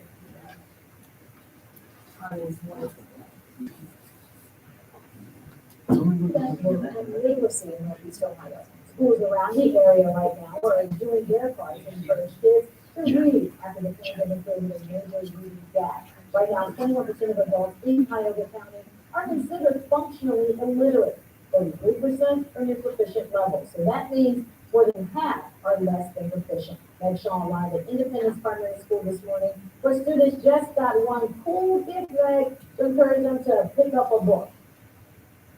Yeah, absolutely. Very cool for them. The Independence PTO works with school leaders to make it all possible. So now, vending machine has a whole new meaning at this school. Each and every day, students inside Independence Primary School file past this bright yellow vending machine. But this isn't your typical vending machine full of snacks and drinks. I thought those were the only kind of vending machines. This one is full of books. I was so excited about this that I was like freaking out. The machine was just unveiled to the students as a gift from the PTO. And already the students are doing everything they can to earn one of these coveted gold coins. They want to earn tickets, they want to earn an opportunity to use the machine. Principal TJ Bieber tells me the machine has a variety of books for students at different reading levels. We have preschoolers here, we have fourth graders here, so we need chapter books, and we need early reading books, and we want to get books in there that kids get excited and want. Kindergartner Amelia Kennedy earned her first coin, scoring a book she had her eye on all week, a classic Dr. Seuss, and she just couldn't wait to read it. And some are from Samuel Blue. Perfect! Third grader Brian Swansinger scored his first book last week. It was amazing. Bieber says this kind of enthusiasm is exactly why they worked so hard to make this machine a reality. And when we see kids excited to read, then we've done our job. And if we can have a resource like this, and our PTO supports it, we can all work together to bring this to our school to promote reading. It's great. It's great to see our kids' excitement. And it was so fun to witness their excitement using this machine. So, pretty great stuff coming here from Independence Primary School. Coming up in the next hour, I'm going to dig into literacy rates here in Northeast Ohio and the work being done to improve them. For now, live in Independence, I'm Aisha News 5. So as the video showed, even though it was kind of small, the kids would get special tokens. That's all you can use. It doesn't actually take cash or anything like that. But we would stock this as a district with whatever books we want, obviously different from different buildings and grade levels and things like that. But even though it might seem maybe a little gimmicky, it's a great way to give kids incentive and to get them excited and maybe say, oh, it's the same thing with getting a candy bar as you get a nice book out of this machine and things like that. That little guy was pretty excited about that. But it's a great incentive for kids for other things that we do. So, getting their training in online for iReady as a positive behavior support for Leader in Me and things like that, doing good things in the classroom, or just because you want to give some books, either books in their hands. So the cost for this, if we go with kind of their standard, just generic wrap, designs on the outside would be about $4,100. And then if we wanted to customize it, make it blue and gold and trucker labeled and things like that. With Janice Smith's head on it. Yeah, I so don't know. right That would there. cost more. The official Mrs. Smith vending machine. Yeah. So that would be another $1,000, I believe, for that. So So would it's this just be Pleasant, or is this for? it could be other buildings as well. I know Other buildings that as well. there are some questions, Yes. through probably league, 5th and 6th grade, they were kind of wondering maybe, at that age group, if that would be something that the kids would really catch on to, or they would rather see Doritos and other things, but, so that's the Maybe discussion. first would be great. We talked for Yeah. sure. We talked for sure league, and then we had our district leadership team meeting the other day, and Mr. Schwartz is excited about it. So I'm like, because in our heads initially, we're not thinking middle school is where that should be. We had probably league or Main Street would be the kind of final as kids, progress. And so it kind of has us thinking, but yeah, initially it was definitely Maple, Pleasant, league. I remember my kids loved the book fairs. Yeah. They were always like, you gotta come in and write this check to school. Yeah. I'm like, "Oh my God, another book here." We have the first book grant that we get each year that kids get books. Yeah, it kind of reminds me of that, like, as excited as he was, Yeah, right. they're all gonna be like that age. So I think it's a good idea. So we give books out so you go into Lori Cook, Janice Smith, they give a book out, but kids to actually have that, to get a token and then pick out, choose themselves, that's different than you think, well, I like the human to human, but no, they're like, I got that from my teacher, my principal, my whoever it be, and then they can make that choice. I think they love collecting hole punches right now. Yeah, it fits into along with that, with the PBIS, the students for incentives, Leader in Me. So it kind of fits right in, with the literacy of getting books in kids' hands. So it would come with the books, but then let's say. It would not. Oh, it would not come with Yeah. the books, I'm sorry. So Okay. we would have to stock the books. Okay. Yes. And then going forward, I guess, is there an average cost of what it would be to stock the books each year? Or maybe even we could get some donations for our books. I mean, Yeah, I don't know. It could come from PTO. Yeah, There's that's a okay. lot of different sources. I think it's great. So is it a book that they keep? Yes, they get No to keep the return, book. so it's not like Yes. a rental then. Okay. Correct. Yeah, so they don't have to give it back or anything like that. That's their book to keep. I love it. Yes. So those are the items that I have for you tonight from curriculum and technology. If you have any questions, then I can answer them now, or if you think of anything, or you have anything that you think of later, feel free to let me know. Thank you. I will turn it over to Mr. Gorman to talk about some of the other potential expenditures with this. Back in the fall, middle fall, Mr. Cooley and I went out to the buildings and met with the building principals and kind of compiled a list of things that, I kind of guess their needs, their wants, maybe some things that, hey, and any other time we would not be able to get this. So we compiled that list, brought that list back and started looking at, some things that we could potentially, purchase with other grants and other funding opportunities. So if you see on your list, the items that are color coded with yellow are things that we've already purchased. Some of those things are with other funding sources. For example, the 6th grade science at Main Street several years ago got some new microscopes. Of course, over time, they start to break, they start to go bad. In desperate need of replacing those microscopes and purchasing new ones. So, that was one area that we were able to purchase.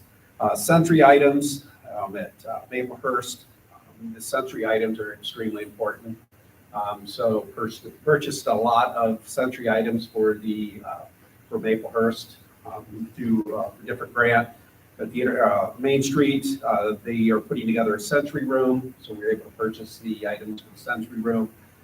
The acoustic panels for the speech room, That Main Street, if you were ever to walk into that room, as Mrs. Dennison is doing her speech, a lot of noise, just echoes in there. I mean, it's a concrete floor, so we purchased acoustic panels for that. That's going to deaden some of that to improve the acoustics.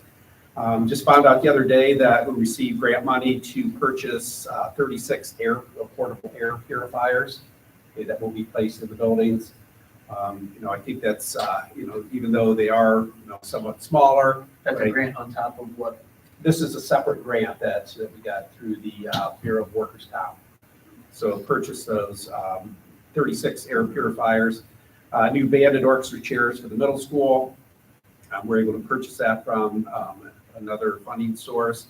And the other area with the band and choir room upgrades at the middle school, if you've ever been in the band room, the walls are covered in carpeting. So, in the summer, that's going to be a big project of removing that and putting acoustic panels in there. So that will improve that drastically.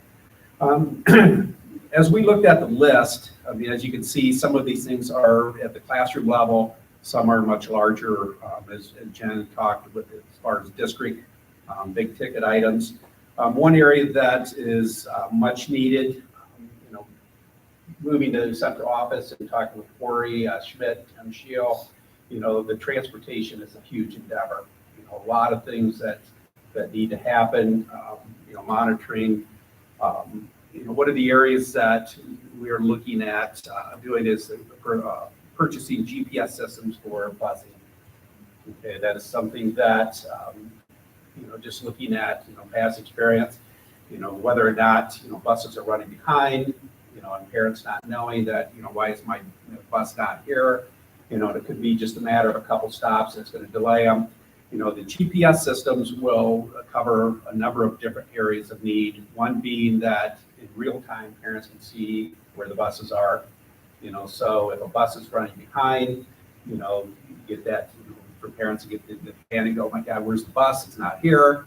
We call the transportation office, and they have to, yeah, the bus is running behind. This way, parents will be able to track that, from their device. Depending on the package that you want, you can have anything on there from diagnostics for, if the bus has a mechanical issue, they can track that. An important area too is that a part of that is the students could have a badge, so when they get on the bus, they can swipe their badge and that the student is on the bus. Okay, so when they get on and off the bus, you can track, the parents can track that. So there are a lot of different advantages of having that. It's just a matter of how much we want from that technology, but that's something that's very important. If I can jump in there. Yeah. Another part from an academic standpoint, we looked at this potentially years ago. So Mrs. Lund had been there for some time to know her when she was in the tech position. As our students are going on trips. So if you think about long trips, I would think of volleyball, for example, like you have 3 games, 3 teams. Kids are very much used to working on their computers. You have long, I'll say, let's go Tiffin. You drive to Tiffin, there's that time that they actually can be doing schoolwork there. So having that access for kids to do that, that'll be another powerful thing. So we've looked at the years past, that I have Wi-Fi, that I can do that. So like all those components, and that's a huge academic component when you think we put students on buses and they might get home 5 hours later, where you're like, how do you have time to get things done? It's tough, and that's a healthy component for the academic self for what this is for. So. Okay. And the other kind of a district-wide programming, very excited about this one. I think we can all agree that our kids need to be engaged. In school, the dismissal bell rings. Students leave school. The question is, what are they doing after school? Are they engaged? Are they, do they have activities? So back in the fall, as we were looking at this, of what can we do, to provide those activities and the programming for kids. Actually, Jackie White, I see Jackie's here in the back. We reached out to the Boys and Girls Clubs of America, just as an initial, hey, we're interested in this. What can you provide us?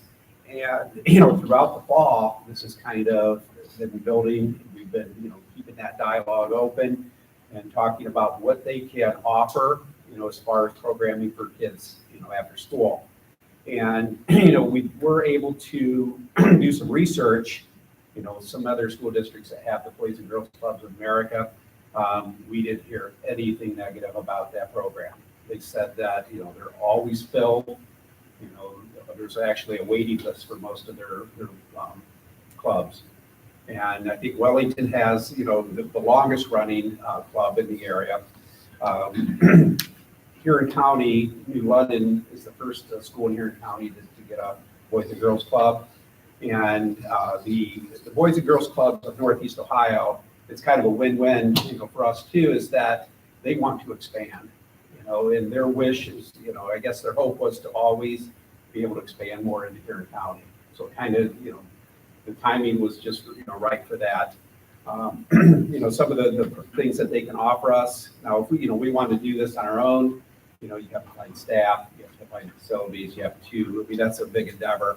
The Boys and Girls Clubs handle all of that, from, recruiting the kids, working with parents, providing, the academics, the activities, even providing meals for kids, because it's usually, between 2.5 and 3 hours after dismissal that they have the kids.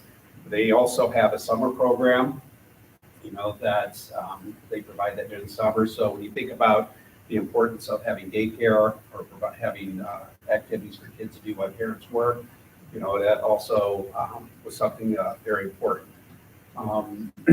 In the summer, I think the exciting thing too is that if you decide to go the year round, is that you can kind of combine that program, with a summer school, having summer school in the morning, have their the Boys and Girls Clubs activities the other part of the day.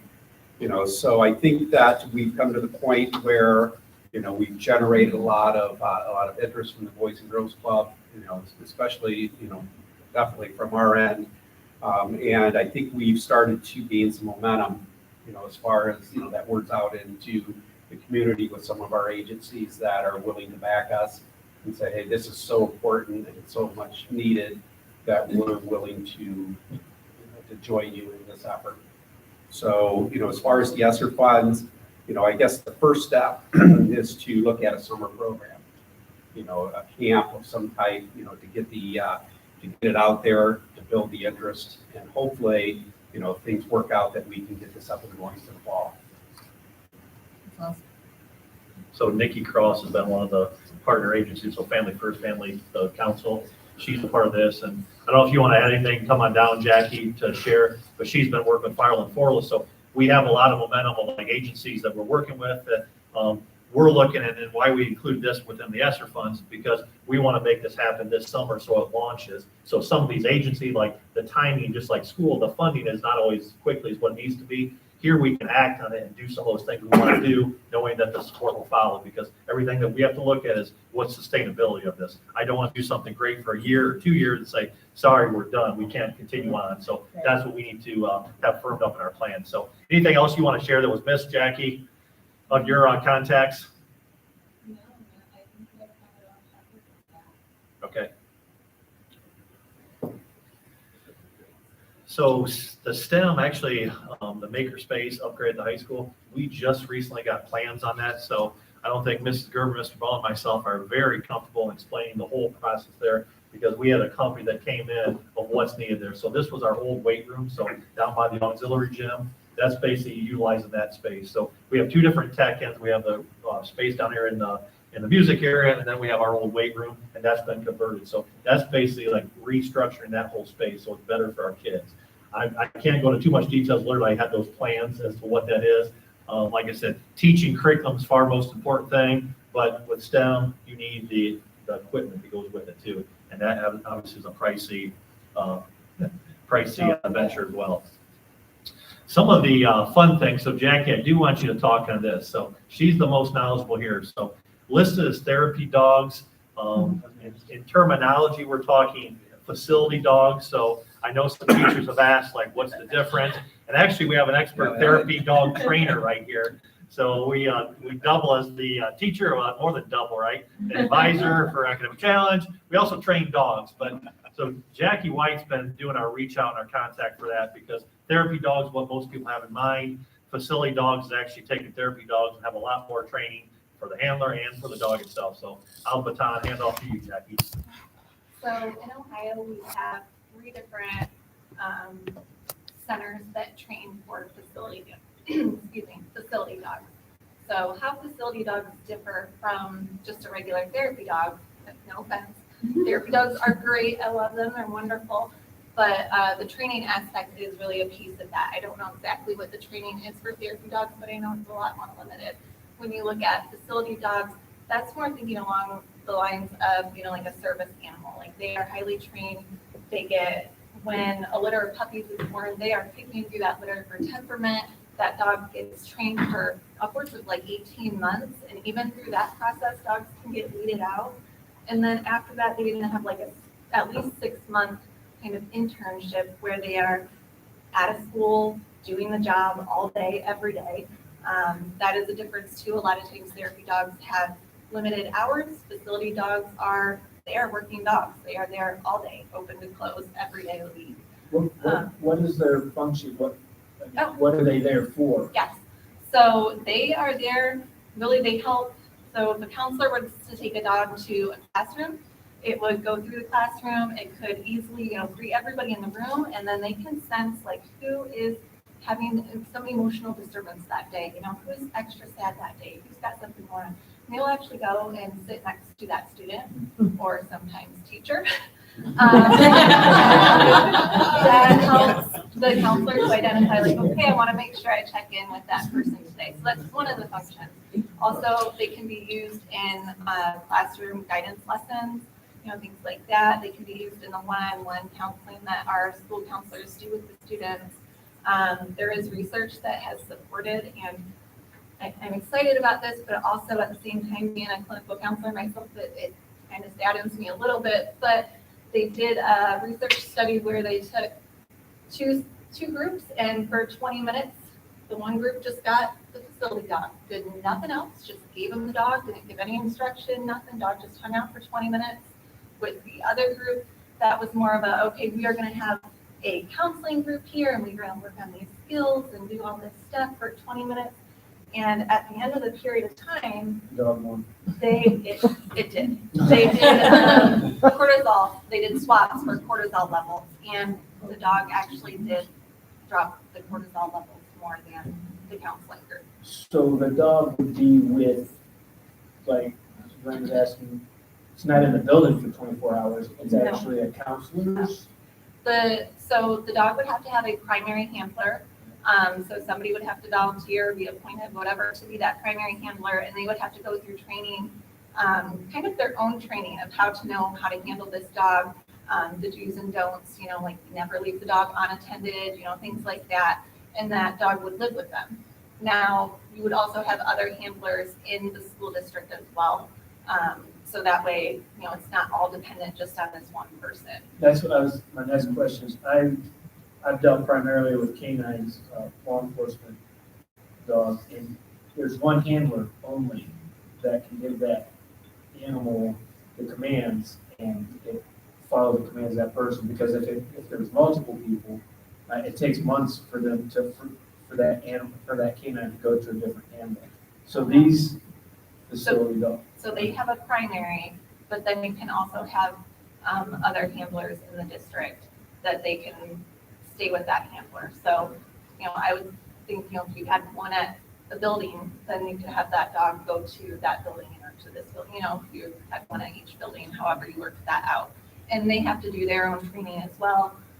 It's not, I don't believe it's as in-depth as the primary handler's training, but they have training they have to go through too.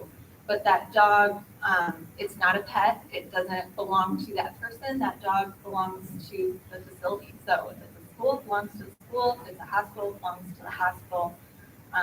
That's how that works. But we have 3 centers in Ohio that do facility dogs. There's one in Cincinnati, one in Columbus, and one in Sylvania. So we've been connecting with one in Sylvania to try to get some information on have to get on that list and get things rolling in that direction. So our inside joke has been, do we hire more dogs than we do people that based in light of the study? Is 2 dogs better than 1 counselor or not? So we talk about people, but yeah, we see the power of dogs as well. So clearly a new thing, but the research is there and schools have used them, are very impressed. But I'm glad Jackie is here because she can describe the difference because we have the therapy dog and currently, Kathleen Robertson. She brings her dog in. So to say like, what's Kathleen's dog designation? It's, yeah, right. Yeah, and they're great, they're wonderful, but the facility dogs definitely have that advanced training.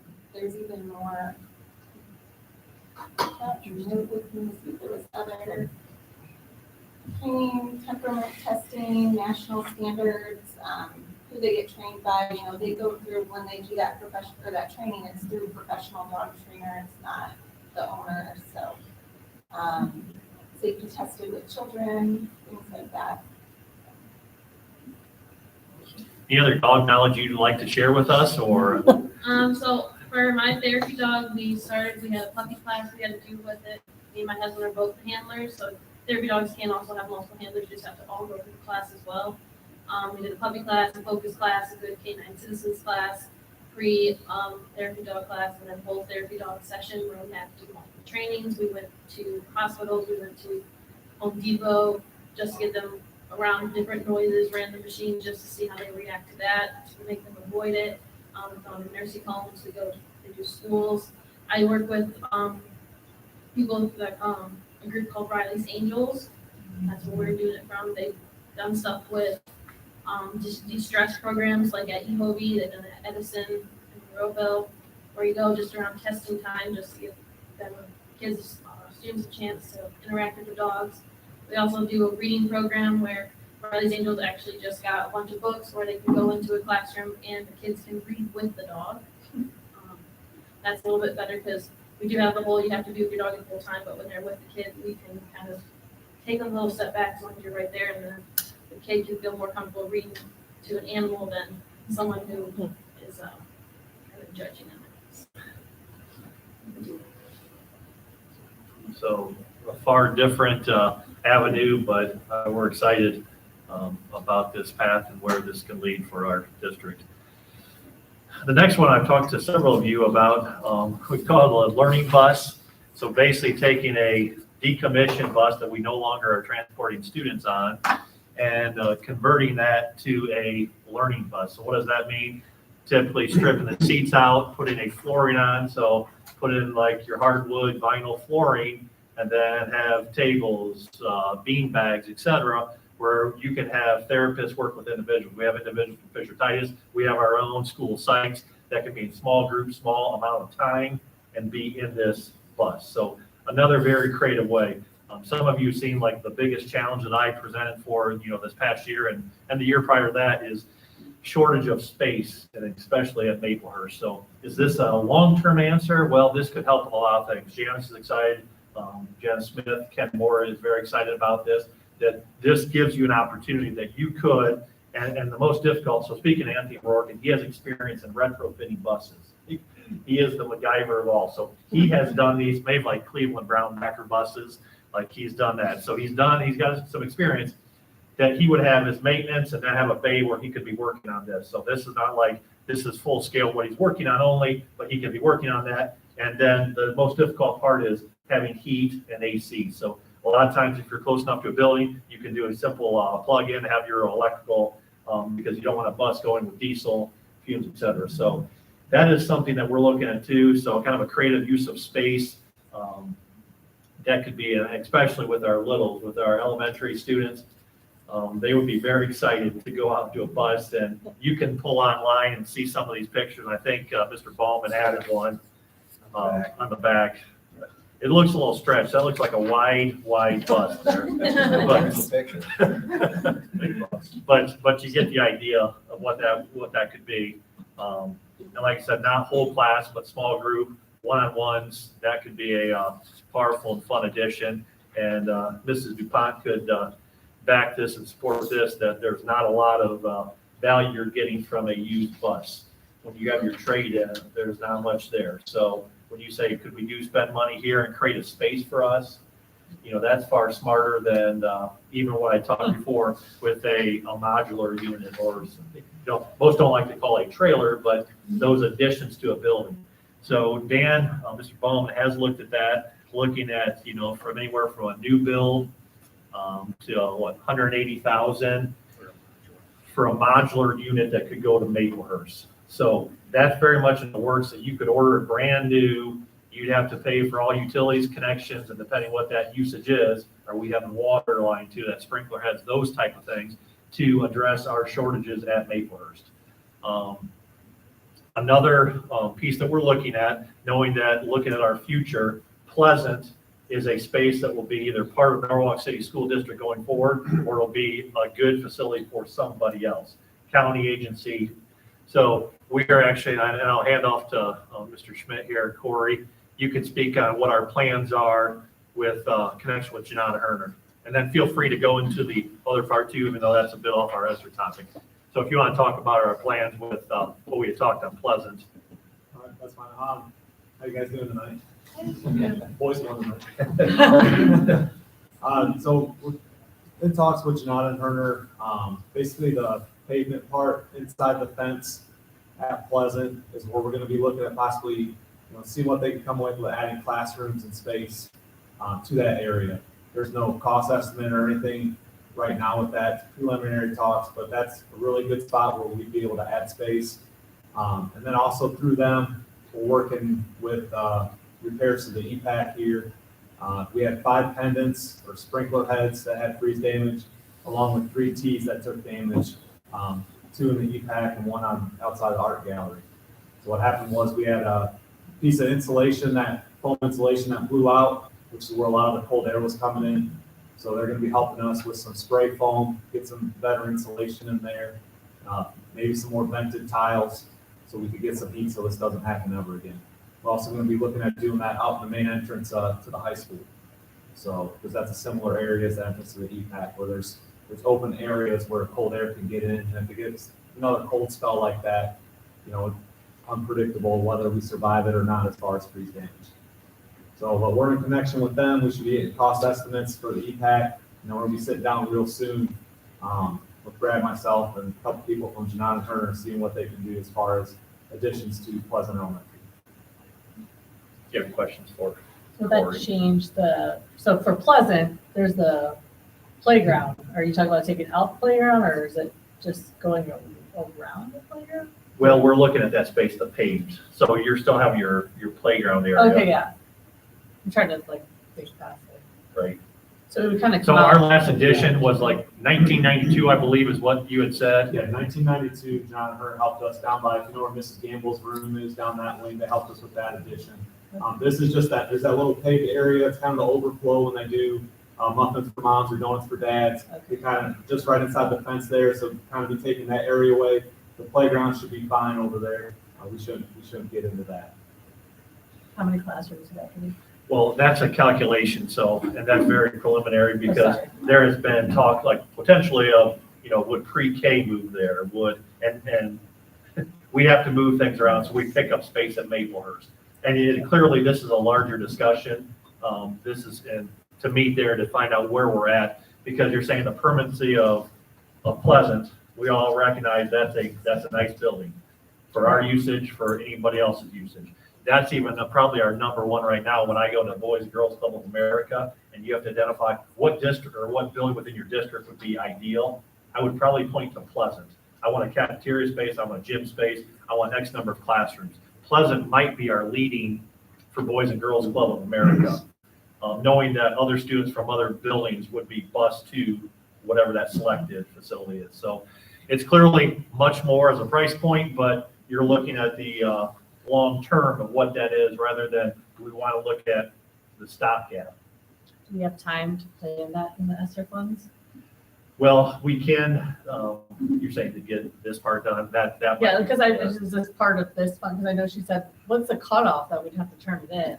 I mean, So, well, if we decide this is more discussion than just now, if we decide to move forward, And Dan has done most of the discussions with our builder for going back to the modular unit. So if we bring that and put it basically behind Maplehurst, where the doors kind of go into the academic wing there, we could pull that off. They're giving us time range, but we'd have to act now. We would have to have that order in probably by the middle of February to have it for the first day of school. Is that separate than the bus idea, or is that instead of, or is that No, including? the bus idea would be, it potentially could answer some of the immediate, because we could make that happen Right.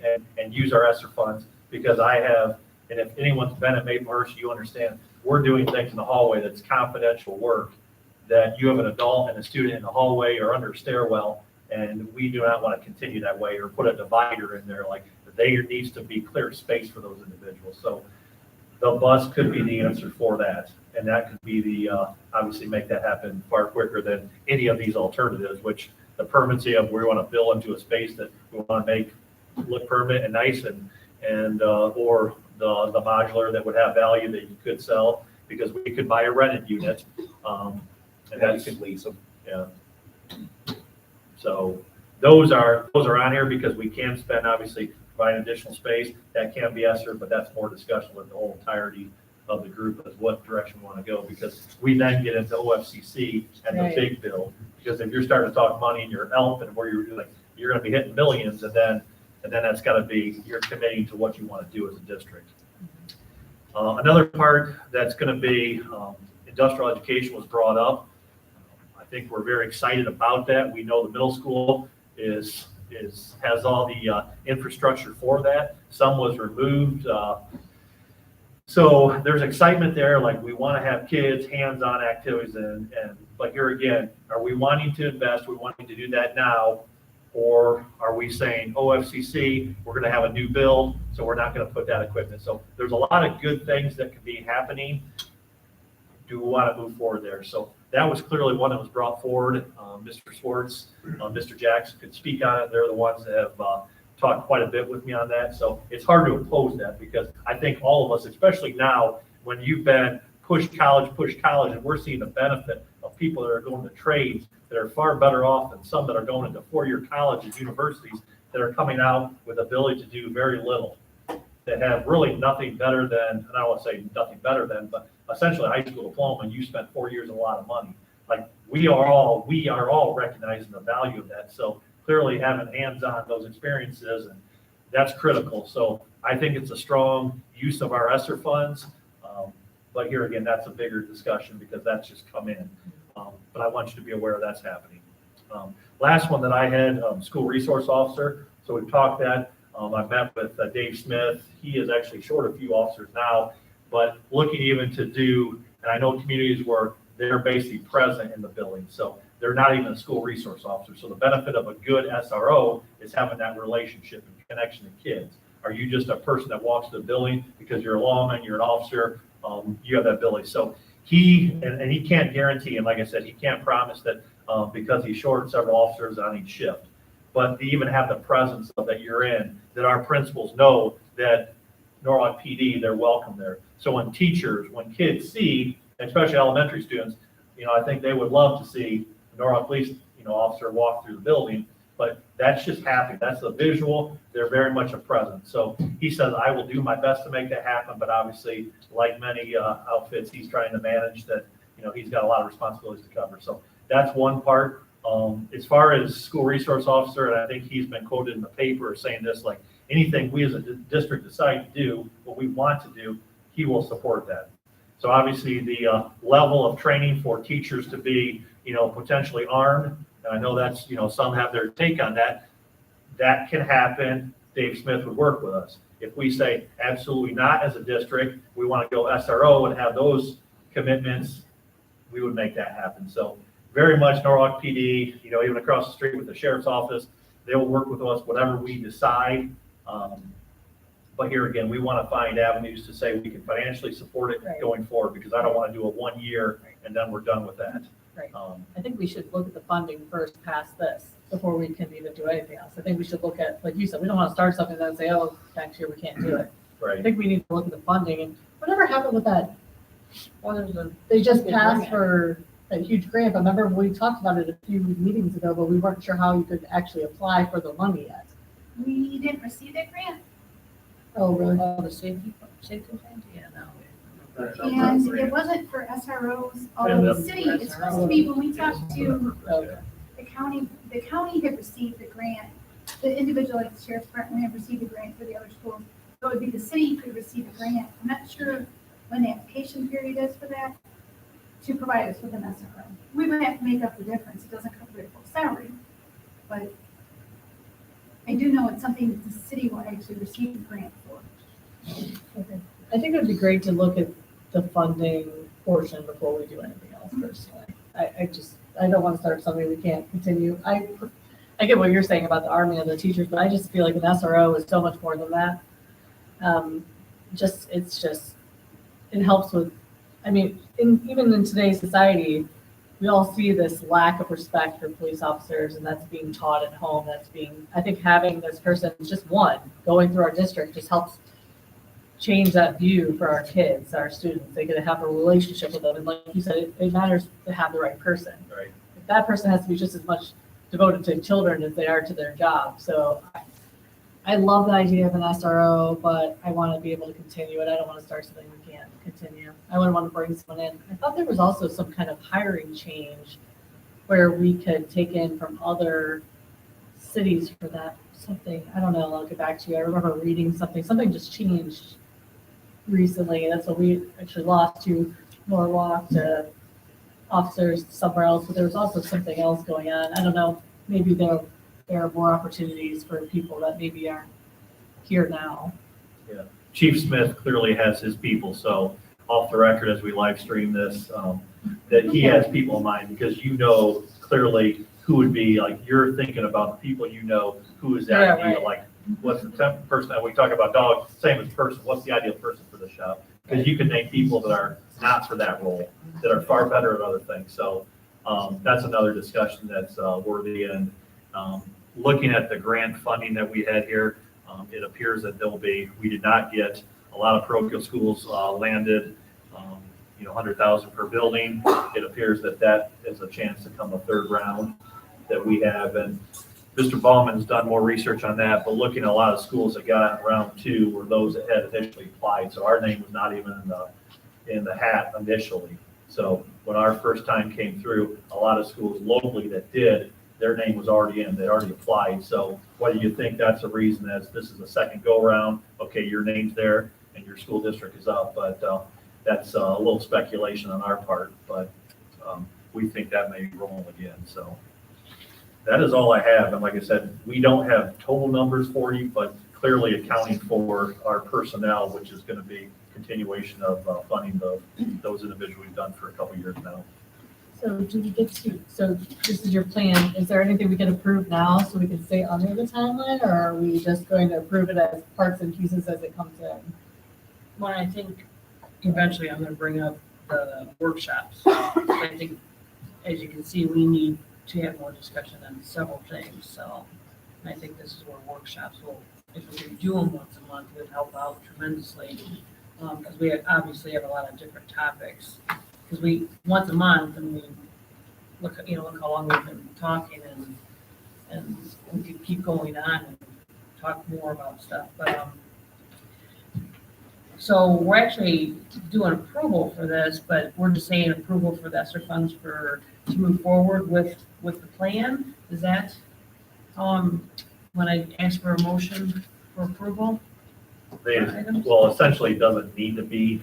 Right, but I mean, well, that's what I'm saying. I'm kind of Yeah, I guess that's why I was. kind of confused that we have. So you're giving us our plan, but We have role, but like, you clearly can say, I like Right, this, I like that, and all right, for your part. right. This is what we have now, but obviously, we've spent Well, ESSER the funding item- that has not been. Yeah, Items like on the 4. superintendent report, it Right. says for approval. I'm Right, like, well, we really right. don't have to do approval on Right. any of that. Okay. I just There's don't- nothing that alarms, like, of Okay. your ideas that alarms me or Okay. anything, but I love the technology piece. You did a great job. I mean, so I know how, even these access points, some of these are just so expensive, and, these are great, and I love that. I say go big. I mean, but you know, you can't go back and say, oh, I wish we would have got bigger. Right. How many people are gonna say, I wish I was smaller, but I don't know, I just love it. Sure beats the way you used to do, you know, reports or presentations in class as a student. Now you can make your PowerPoint and you just, I don't know, I think it's great. Really great. So we don't really technically have. Yeah, I know, Motion, we don't have a motion under the superintendent's reports, basically, so We we're. don't really need, Yeah, for the not ESSER for, funds. well, that or for them to, for Yeah. the contract, so that's really not, so that's a typo that should be removed up there, the items for approval, so we're not doing anything, so we're just moving on to item C then, for Well, we Ecobic, are right? actually pulling the one we're authorizing. So we need a motion for Number number one. Right, and we say, 'cause we don't need approval for that. Okay, so superintendent's reports, motion for approval for item A1. So moved. Second, Second. and I don't think we're gonna have any more discussion on that part. So roll call? Mrs. Crawford, Yes. That's fine. Mr. Norris, Yes. Mr. Moore, Yes. Mr. Wissensdottir. Yes. Mrs. Wick. Yes. Items for information, Ehobi News. Okay, there isn't really that much since they were on vacation. Couple main things, the applicants for next year for the high school has gone up 18 to 20%, which I am really impressed with. I mean, it shows that we're reaching more kids. The other thing, it has to do with security, this, we just talked about it. They have installed what they call an e-lock. And what that is basically, they're gonna put, so that if anything happens, every administrator can go to your phone, hit the phone, and it locks every door in all the buildings out there. And that means that if anything happens, you got that building locked within 1 minute. And all you have to do is hit that thing. And it's, because right now, the way it was, they had to go to each door and lock it. Now you just hit your iPhone and just lock. So the guidance counselors that have it, the administrators, I'm not sure if they're gonna give it to the teachers yet, so that, I mean, that could be dangerous. You're gonna give it to some of the teachers. But I think it's a neat idea. And I think the cost for all the doors over there was around $98,000, if I'm not mistaken. And that's already been installed. And that's it. Okay. And then the legislative report? We just smile. That means we're good for now. We're good for now. Okay. And so board discussion comments. So I know I brought up about the workshops, because I was impressed with talking with other board members and how they meet twice a month. I'm like, wow.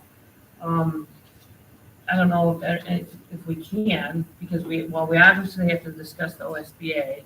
And then even just some of the items that were brought up tonight. And also, I don't recall us ever going over that state report that the state did on, that big report that they did for us, as far as for the elementary. Did we ever go over that as a group? I don't think we have. I mean, we got the report, that big report, OFCC. yeah, from OFCC, when they gave us that huge report to show us where we were with numbers and this and that. We didn't really go over it as a board, did we? Well, there has not been a lot of change, actually. Right, but I mean, but we never Ms. really Bennett initially, Today, yeah, we didn't go, well, and then just to update us where we're at status wise too with that. So I mean, those kind of things, that's what the workshop would be involved about. Other items that we don't get a chance to really sit down and talk about, and then maybe further discussion on the SRO. And then I know the evaluations that we use for our superintendent treasurer are old. As a group, I think we could update that. I mean, there's different forums out there, but I think as a group, if we can come together and create a more current one, because the ones that we're using are going on 10 years old. So I don't know if we can meet possibly this month. So I was looking at Friday because I know Allison is available on Fridays. That's why I picked Fridays. So January 20th or 27th at 9 o'clock, and I'm talking like just for an hour, no more than 2. Are If you we can. available for extra? Right now, yeah. Right, yeah, right now. That's what I'm saying, this isn't gonna happen What every about you month, but Not at 9. Are you guys good on Fridays or no? No, I mean, it's not gonna be right every month, but, I think We we put a need, ton along on Fridays, I mean, I guess if I knew ahead of time. well, I mean, so I was looking at the 20th to 27th. I mean, my schedule's always flexible. She just knew that I have the flexibility of being work from home on Fridays, but it doesn't have to be Fridays. What about some other evening? I mean, other than, Well, we can do that too. I Yeah. mean, whatever, I mean, whatever in the majority, yeah. evenings, most of us are free. I mean, Yeah, whatever works We can for do everybody, that. it's fine. it's up to whatever's good for Brad and Joyce too. Yeah, I think that's why at least it's on Fridays, only because it isn't another extra night for them. Well, that's what I'm saying, because we But- are going, 9:00. But I'm talking this to only be like an hour or two, not. And I would like these extra meetings to be as needed. I don't want to go. Right, that's I why I mean, said it's I not don't want to go every every month. month, twice a month. No, I mean, but if it's needed. yeah, I mean, Needed, it's something right. that's really, really needed. Right. So can we, so we can look at evenings. I think our work sessions went really well. Well, we did. I mean, for right now, if you want to go to a Friday, I can make sure that we're free that Friday. And if we I go would to not town- want Friday evenings, obviously. No, Yeah, no, I'm no, not saying no. for not saying athletic events. No, but yeah, I'll be no. attending, No, Same. yeah. no, it has to be Friday morning if we're going to do it on Friday. I think we just didn't want to make it another evening. long. That's what, yeah, that's But, I mean, basically. Because we have to, I just want to point out the pros and cons with the OSBA membership and that, and then maybe talk about a few other things that we don't always get an opportunity to talk about. So we can do either a Friday morning this month, or we can pick an evening, I'd prefer an evening. okay? Well, do we want to keep it a Tuesday evenings, is everybody so used to Well, it's- Tuesdays, It's or? up to you guys.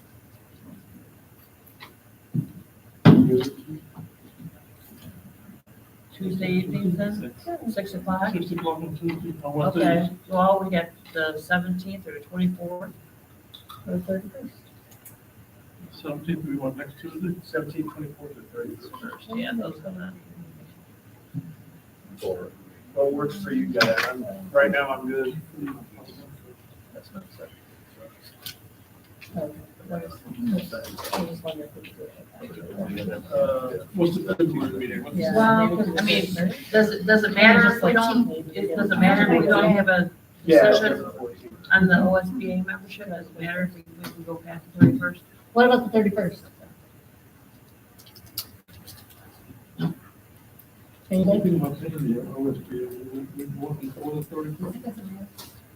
There's just other meetings coming up for the build out that maybe waiting might help us get more information at once. So like you said, we don't have to have a lot of other meetings. Maybe we might know more by then. So what, so That's okay with me. January 31st? 6 o'clock? Library? I would say, yeah, we don't need this big room. Yeah. Do we need to confirm that the library is available?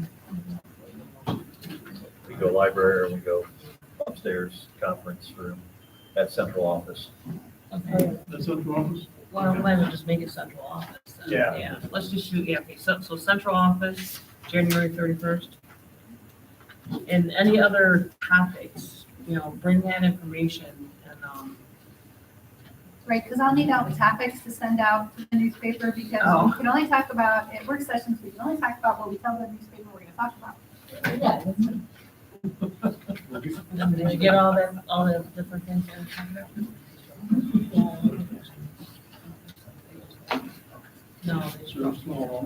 I don't think the nutrition group was speaking right now, so, no, they just brought pizza, so January 31st. Okay, so then motion for adjournment. Second? Second. Roll call. Mrs. Crawford? Yes. Mr. Moore? Yeah. Mr. Norris? Yes. Mr. Esposito? Mrs. Wade? Oh, yes. Because the school board. It's the same